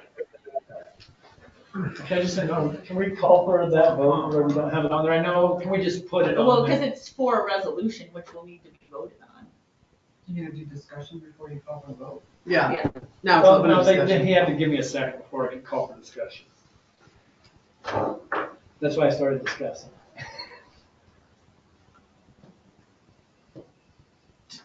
So everyone is on board with, I asked Tony his opinion, he does this stuff, did this stuff, HR stuff. What Yeah, were so you- I was gonna comment on your question to Blake about him doing the reviews. I'm not gonna get into the budget discussion or the timing of that, but I would recommend that Blake does the reviews before he leaves office, and they're on file. When Nikki comes in, she's gonna have some time, but she'll make the majority of this decision based on input from you all, plus her experience, plus what Blake wrote. But that way, all the employees they know where they stand in terms of their performance. That's fairly common practice. But then for any budgetary things, it would come back to you guys. So they would be budget amendments. Okay. Hypothetically, we don't have, Public Works is already done, so that leaves you two, Susie, John, nobody else, right? So 4, so Are you gonna consider the judge in this, or, No, because he's appointed. right? Is that, And still goes through. And he works one day a month. Payroll. Yeah. I'm just counting employees here. but his is done by a stipend, right, through, and that, by resolution, is it a contract, or how do we do that one? No, I mean, he is listed as a town, But he doesn't get paid per hour, no, it's salary. it's salary. So it probably wouldn't, he gets the 3% raise, because he, again, this is gonna go off of what other people in other areas are making, correct? Not just, Well, and then also what's available budgetary wise. well, that's what I'm saying, if we only have 4 more employees that we're gonna do $1 or so raise, John might be a little bit more, because John is underpaid. It's only gonna be like another $16,000, because some of these jumped a lot, so there is a lot of money. Well, and some of them, like Brittany just started at a good wage too, so. So I'm just saying, I don't know how much more necessarily we would add, I think we have the money. Yeah. That's where I'm going with this. One thing I want you guys to look at, and we didn't do a very good job of looking at this when we raised the public works, you're gonna raise your budget. And when you come back to budget time, you say, why did public works go up and why did the library go up? You have to remember that when you increase the wages, they come up because you guys didn't do a good job of recognizing that when we went into the public works budget. Everyone was questioning why those numbers went up. Well, it goes up a lot when you raise, but you guys didn't recognize. And that's why I'm cautioning now. Some of those guys got raised up over $10 an hour in over a year's time. You have to have the money to pay for that the following year. Yeah. So we raised it another $16,000. We have a surplus right now. Are we going to have the surplus next year? Because we That's still what have to I guess pay that's for what it. I'm wondering too. The taxable value in Ennis isn't gonna go down, like the extra money we got this year I agree. is not gonna go And if we're adding away. 130 units, if that subdivision goes through, that taxable value is gonna be significant as well. Plus, I we were agree just it's there. adding. I caution as we're raising it that we don't go into budget next year saying, why did this budget go up so much? Why is it there? Because we're adding wages there, so we need to be mindful of the wages going up, so we're not attacking Karen saying, why is her budget up so high? And she can just say, hey, remember that meeting, we raised all of, and when we said, hey, why did public works go up? We said, oh, we raised their wages. And that was the end of it. It No, wasn't. there was a lot of discussion with that. We went through a long time on the public works because of the raised budget numbers. I don't recall that. When you consider $14, $10, $16 an hour, times however many hours, you also have to remember, you might be paying workers' compensation based on those wages. Oh, and the insurance and everything, yeah, there's tons more. It's actually, she's got it added in. It's gonna she gross does. up more. Yeah, She did a she great job does with it. have She's it got right So it's here. all broken down with, so like Wages. totally, it's like 16. It's 14 and then 14,000, then 1,400 contribution. So that's why I'm saying it would only be another 10 to 12, probably. I'm not saying you're not getting a raise, but. So let's, Not, but yeah. Do you know what I'm saying? I think we have the money this year, we're gonna have more money next year. Maybe. Well, so John had to give his oath and word that he was finding money from grants and stuff to raise his budget. So, I don't know, can you give your oath and word that you're gonna find, I don't know. I think that's a discussion for another night. Yeah. And the Friends of the Library is the only department that has a nonprofit arm. We already bring in over $30,000 a year. Yeah, So they do that because. Maybe we could do one the- more fundraiser. One more pie sale. Yeah, I missed the last But yeah, they already do have a fundraising arm, which covers, because what these numbers covers in the budget doesn't actually buy books in the library. It specifically covers wages, and the Friends of the Library do a tremendous job in getting books, getting the other materials, getting the other programming and stuff like that. So. So I'm up. So we've got to vote on the thing. I'm gonna call Jason first. Call the vote. Is there a motion? Aye. Yeah, they put the motion out there. But you didn't do public discussion. Susie, what would you like to I add? agree. Give them a raise. They deserve it. That is not Well, livable. I don't have any objections to them getting a raise. I have an objection to the fact that the rest of us got 3% with the budget. They got 7.5% of the budget, and now 2 months later, we're coming back to ask for additional wages. So, sorry, go ahead. I've worked here 24 years to make what they want to make now. And I mean, I know that you said you would look at them all, and I have nothing against any of them at all. I hope they do get it, but nevertheless, I don't know, I think that all of that needs to be taken into consideration. That why 2 months after the budget did they decide to do raises again? Because we specifically said that we would come back and revisit this. I was asked at to. budget time.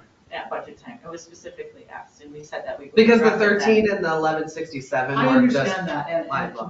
that is very low, but also they're part-time, I don't know, they definitely need them up, but they're part-time, they probably are doing it because, they just want something to do, I don't know. That doesn't matter, your time is valued, whether absolutely you're is, scrubbing but- toilets or you're doing whatever, your time has value. So does 24 years. Oh, absolutely, and absolutely it does, And absolutely. And so if you're, if I may, if you're considering looking at everybody else, then why not wait until we have everything for everybody before Because anything these is are, done? because we've said that these are low, and so, and we But said, are they all that low? we said we would specifically address it when we passed the budget. So. So I was on the library board, and I never, as far as I know, there was never any discussion. They had their budget, and that was it. I never heard anything about an added 16,000 on top of it, never. I'd like to know why. Well, I think we have some other board members that can talk to the opposite of that in our discussions over the years about how to raise wages so that the library, so traditionally the library has been $4 to $5 less than the rest of the town structure at least. And so we've had discussions over the years to bring those up so that we can so those jobs can attract people that are interested in longevity in those positions and also providing stellar community services. There's a difference in position applications when you offer $11.67 or a livable wage. And I think that only benefits the community. When you made the budget up, and I've always been very upfront about this, when you mentioned wages before, I always said to you, the town doesn't really care what you pay your employees as long as it's within your budget, period. Now, all of a sudden, we're finding out you want 16,000 more, and that wasn't in your budget. So I was asked to bring these figures forward to the council. And that is the case. We said that we would address this, that we didn't know what the dollar amount was gonna be, but we did. know that Yeah, it was no, gonna we be- didn't, and it was, and this is the first we've discussed it as a group. And we did discuss it at board meetings. Well, I was at the board meetings and I didn't hear it. Well, I heard it, and I'm on I the don't- board of trustees. Mary, go ahead. I did hear, we have discussed every year. My name is Mary Sedgwick. I'm on the Board of Trustees for the library. And I do remember us talking for several years now about wages and how low they are. And we talked about it at many of our meetings. Our people serve, I don't know, Karen, you have the numbers of how many people we serve, how many people are in there a day. And I have to say, and I've had so many people comment to me how friendly, how helpful, how wonderful these librarians are. They are busy every minute of every day, and what a benefit they are to our community. And it's just appalling that these wages are so low and that they don't even compare with what the other members of the town who work and work hard and deserve their pay. But these people deserve a good pay too. So we have discussed it, and I think we have excellent people in the library right now, and we need to keep them. And if they aren't paid a decent wage, why, we're not going to keep them. Can I ask, so next Thank you, Mary. year, do you get a 7.5% raise again? No, so. Because now you're up to standards. Because now these wages are adjusted to market level. And not even that, these are below, but these are adjusted. So our main goal was to combine these factors, but the weighted factor was to make them similar to the current town pay structure.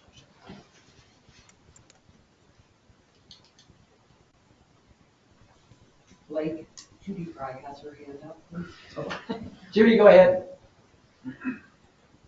I don't know if you can hear me or not. I'm not an IT person at all, but I am both on Friends of the Library and on the library board. We've discussed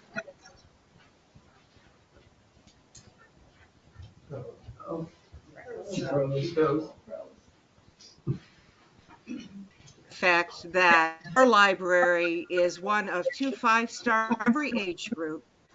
They have programs year-round, one of the few libraries in the state that served their constituency during the pandemic. We were always able to check out books. Our staff at the library is fabulous.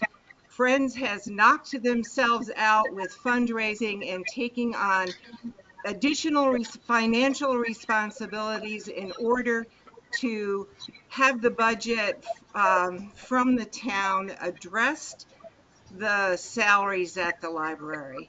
And we have talked about ways to compensate the people who work so hard there and are so wonderful. Budget has been a conversation at many board meetings that I've attended. Please help these people get compensated for the fabulous job that they do. Thank you.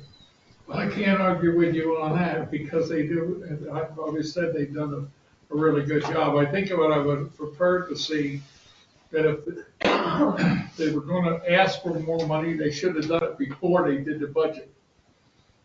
They should have had that in there in the budget in the current one, and they didn't.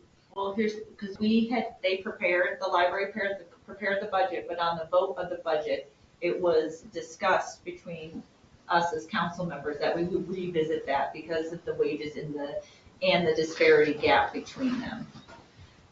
So we had asked, I'm sure they're gonna get it, and rightfully so, but there should be a way of doing it, and I think you're going about it all wrong. It should have been in the budget and before we even approved anything, period. It should have been known that, hey, things are gonna go way up. well, and so sometimes I think it's difficult, and we had this discussion at the budget meeting, is that the library, sometimes they get 6 mils, sometimes they get 12 mils, sometimes they get 17 mils. It's not always, Karen doesn't know what she's working with. So we, you know, that's how it has fluctuated over the years. So it's very unpredictable for her. So this year, and being that our taxable value is going up and it is continuing to go up, this is the perfect time to close that gap. It's the perfect time to do it. Can I ask just a clarification question? So if I heard correctly, you have a budget that you work with, and you also have friends in the library that raise money because you don't have enough budget to work with overall, so you have to go out and raise money on your own to make sure the library operates. That is correct. So to me, the budget doesn't matter because it doesn't support the library in total. So the fact they have to go out and raise money tells me that the budget's wrong for the library, number one. You're right. And that should have all been included in the budget. I would like to speak. What they needed and how much the city is going to give it to them. It's dependent on the I would like to speak. I don't know how to get in. Okay, go ahead, Sylvia. Hi, I would just, can you hear me? Yes. I know as a volunteer at the library how hard these ladies work. And I would support the best wage you can possibly give them that is equal to other city employees. I would also like to tell you that as a member of the Women's Club, I know that the Women's Club buys a lot of the books for the library because there's no budget for books. There's a budget for this, that, and the other, and that's labor, and that's utilities, and there are other expenses. And I don't believe the library budget is sufficient to cover all of those expenses. And we need a library, and we need it to do well, and we need permanent employees. And that's all I have to say at this point. Thank you. So I know that the Women's Club gives $300 a month, every month faithfully. 5. 3. So it's $300 a month to the town that goes in to support wages and facilities training. And they also make a donation for the Friends of the Library, which is separate. But I think in the future, when you do your budget, That's what I was you gonna say. you put everything you need, and So then just tell the us city that. can approve it. Next You don't year- come back later and say, well, I need this, this, and this, and that, because Next that's not year, right. can you ask for And that should more have been from the county for mills? Katie, just unmute.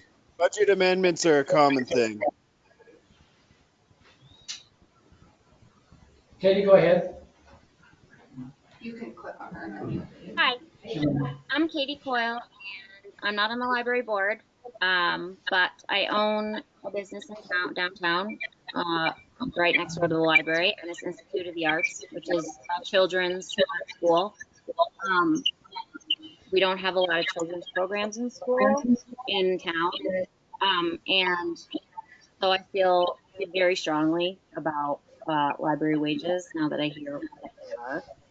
I think what we're sort of not thinking about when we think about equality across the town wages is that the library is the only institution in our town that serves every single community member from babies, books of babies, all the way through to adults and families. And not only that, but it's our #1 educational resource in this town for literacy, or literacy at all ages, not just early literacy, outside of the public school. So we're putting these library workers, they're really in the same category as teachers. And I just have this echo in my head of how teachers are so underpaid, and here it is again. We've got these really wonderful library staff members who I would be hard pressed to find a family or person in town that doesn't enjoy their library experience here in Ennis. And the library is the lifeline of our community in Ennis. We all go, we all use it, and we all need it. And it's true, when the pandemic came, it kept us going, because what the hell else are we going to do? We're going to read, right? We're all stuck at home.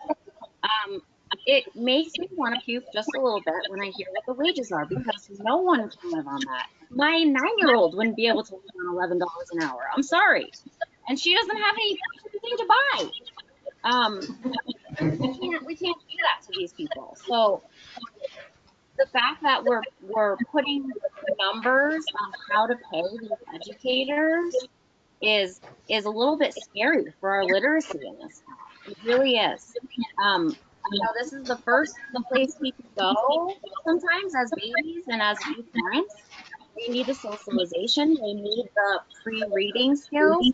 We've got the Books and Babies program. We've got the story time program every week, which, I don't know if we could find a better story hour program than Miss Blake. She is an amazing educator. And this comes from an educator. She is amazing. And what's going to happen if we don't give these people livable wages is they're not going to be able to live, and they're going to leave the library. And our library is going to go from being amazing to not that great. And we're talking about all these fundraisers because they're amazing and they want to do these great things and keep them coming every year. And our community really, really enjoys these great things. So the least we can do is take these tiny, tiny wages and make them livable. And if that means a big jump to make somebody be able to put groceries on their table, that's okay, because they provide for our community the #1 early literacy resource that we can have outside of the school.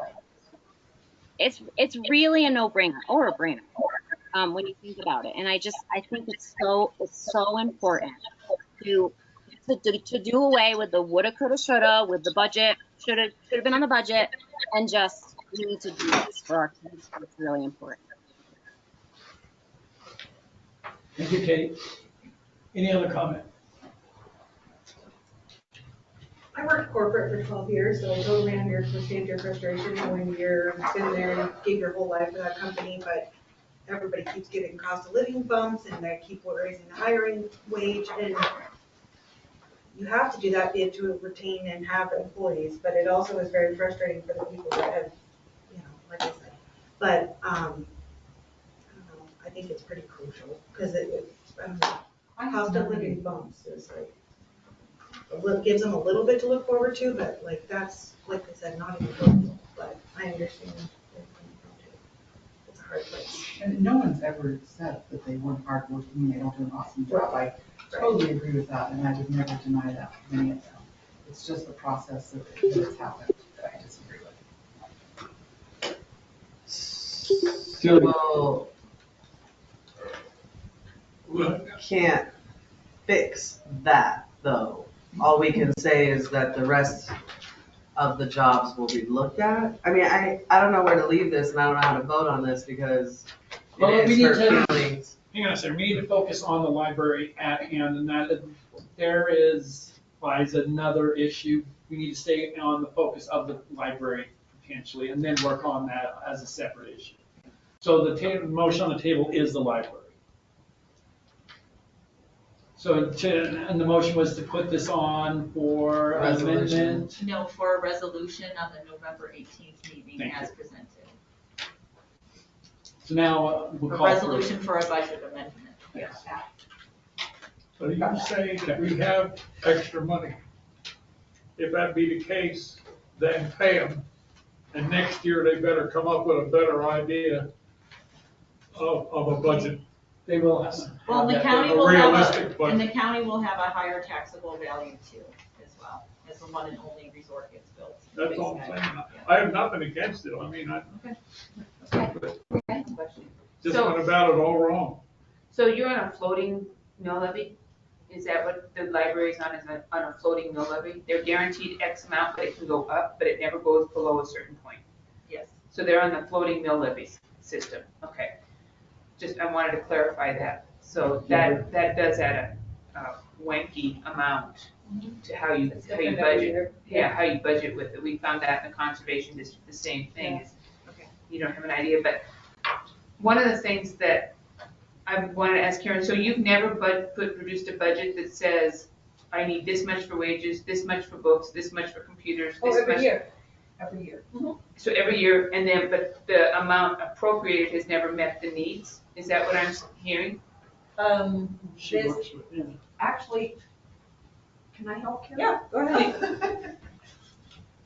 She does manage to kind of work within that.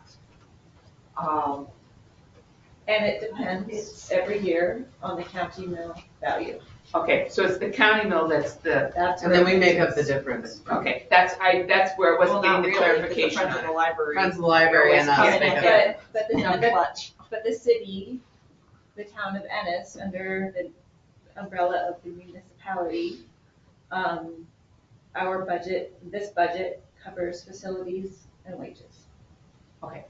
I now. Does that make sense? Yeah, it's getting all the pieces together. Yeah, there's a lot of pieces. There is. Yeah, and then Kate, in that mix also is, there's 6 voted mills, so Yep. that's guaranteed Okay, to the library every year, are the 6 voted mills. 6 voted mills, okay. And those Which are are town mills. town mills, not the county mills, which are floating mills. Okay. I got it now. That's just a part of it. Yeah. And then they get additional mills according to what they turn in their budget. Okay, now I understand it. Thank you. Okay, now can I call the vote, or are we gonna? Yeah. Thank you. Christie? Aye. Jason? He said aye first. He said aye first. Okay, perfect. Move to adjourn. You beat him. Oh. You can second it, Holmes. Someone second. Second, thank you. Oh, Oh, Christie? Aye. Take. Jason? Aye. Thank you. It does look like, the Baha'is of Madison County just, made a donation of $200, to the Arbor Fund, so the tree board. Just gonna quit begging for it. No. That's all. Good night, everyone.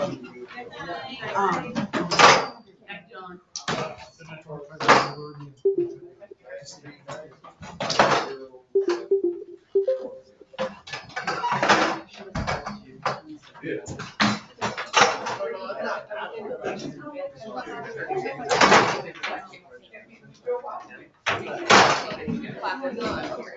I just.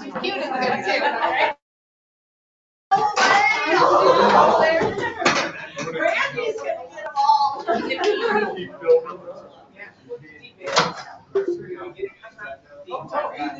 I'm good for my.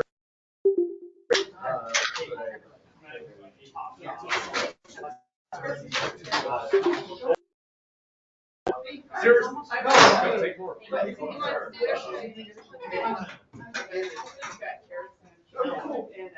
You can just walk inside of that door. No, how about it, grab some more, I'm serious. Well, I might, because I put them all Really in my good. stuff. I got to the point, I was just begging Dick Barr for.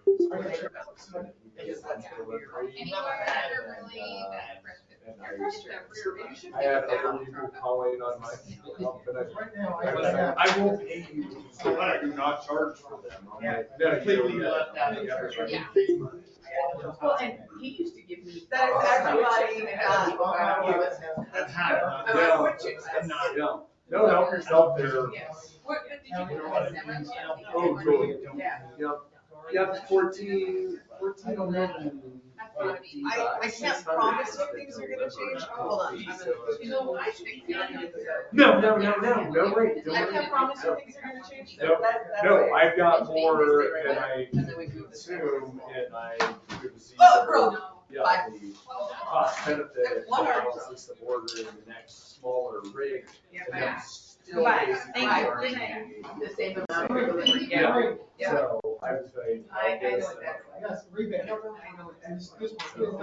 please.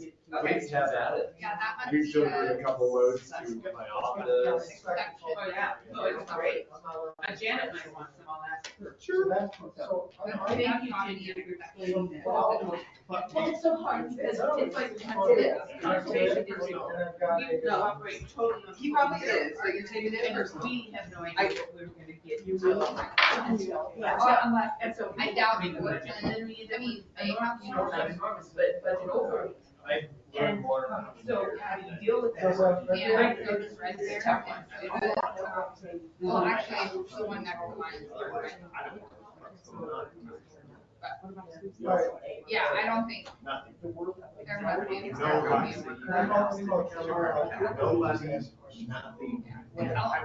Hey, I see you working on because I don't know what it is, but yeah, I've never heard it.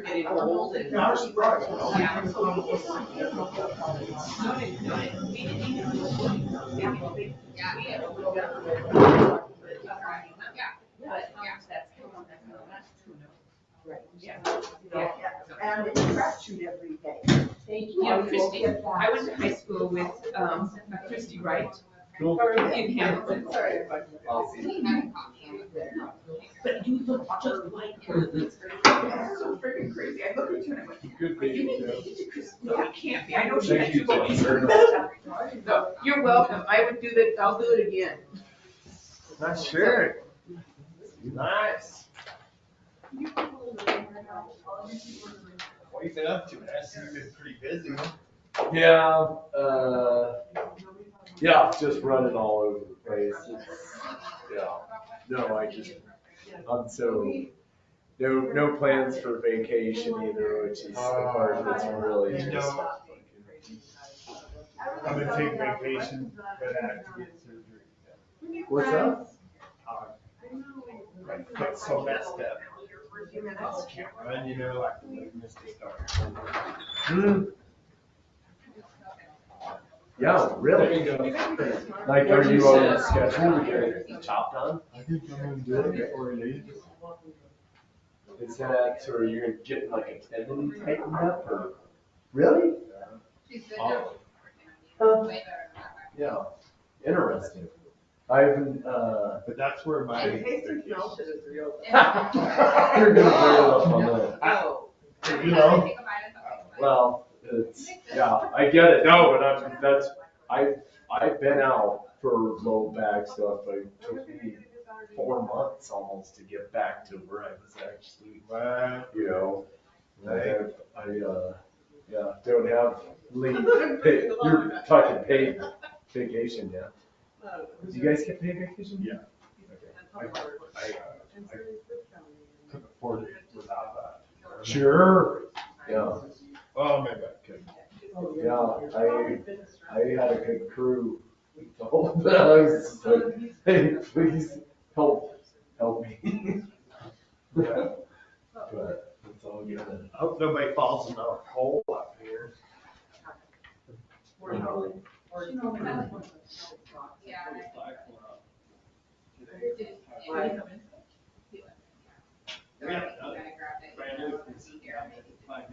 Yeah, we put it in. Yeah, cool. Why, with the thing down over the flag?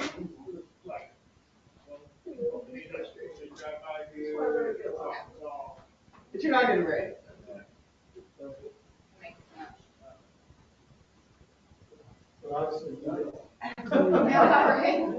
She's dealing with them. It actually is not about getting raised, it's just that the man who isn't paid.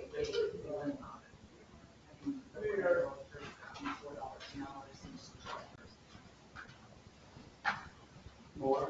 Yeah. And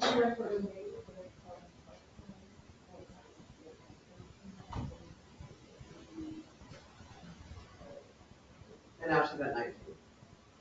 That's close. But in July, that's just one thing, we raised the public works sum $11. They play with fucking shit. They just did, they think that last year, nursing home. I have to go in, pull this thing out, clean it out.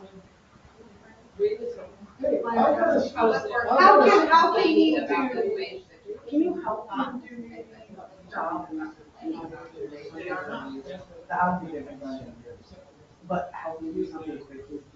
Angst is November, December, nobody wants to do shit. But I think there should be something maybe on file that she has stepped in and done so much, and that she does so much, and she came out of nowhere and does so much. So that. So you guys are doing the HR audit, right? I thought that was, that the insurance company put it on them. I don't know, he told me that he talked to Derek, or he sent job descriptions over there, and that's all it is. But that's all it is, it's not like an HR, he wants to look at job descriptions. I just think I think the job descriptions are really old, and I don't know if Brittany even has one. She does. Where? How? She doesn't. No, and the second officer doesn't. We had a part-time officer job description, we don't have second officer. John Kelly Road. But that's what I'm saying, let's update those. Right. Do some kind of like. But I thought that's what the person was gonna do, was update. That's all. Yeah, so, okay, so he updates the job descriptions, and then all Blake has to do is just write it. Small, simple, great job, she's come in, she's done exceptional, she's done everything after her. List out all the things that you're responsible for, right? So, just here's what I'm responsible for, and here's the outcome. Here's what's expected of you in this area, right? So just write those out, give those to Blake, and Blake just writes a review of that, continues to meet these expectations and these, and if there's anything he wants to highlight about. I mean, this is something that hasn't been done, so we need to do it, probably not. Because it hasn't been done, well, why not start? Look at how long DJ was on the and it kept, it was okay.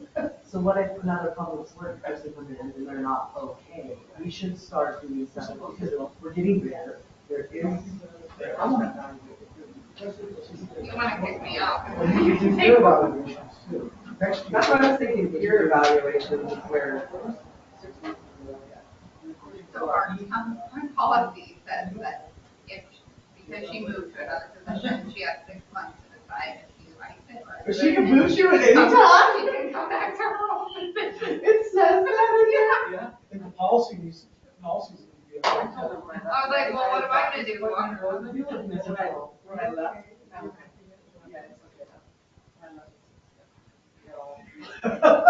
She tells me at least once a week. Yeah, sorry. Nobody. Oh, the meeting? There was no good shit tonight, though. Nobody said anything stupid afterwards. Oh, good job.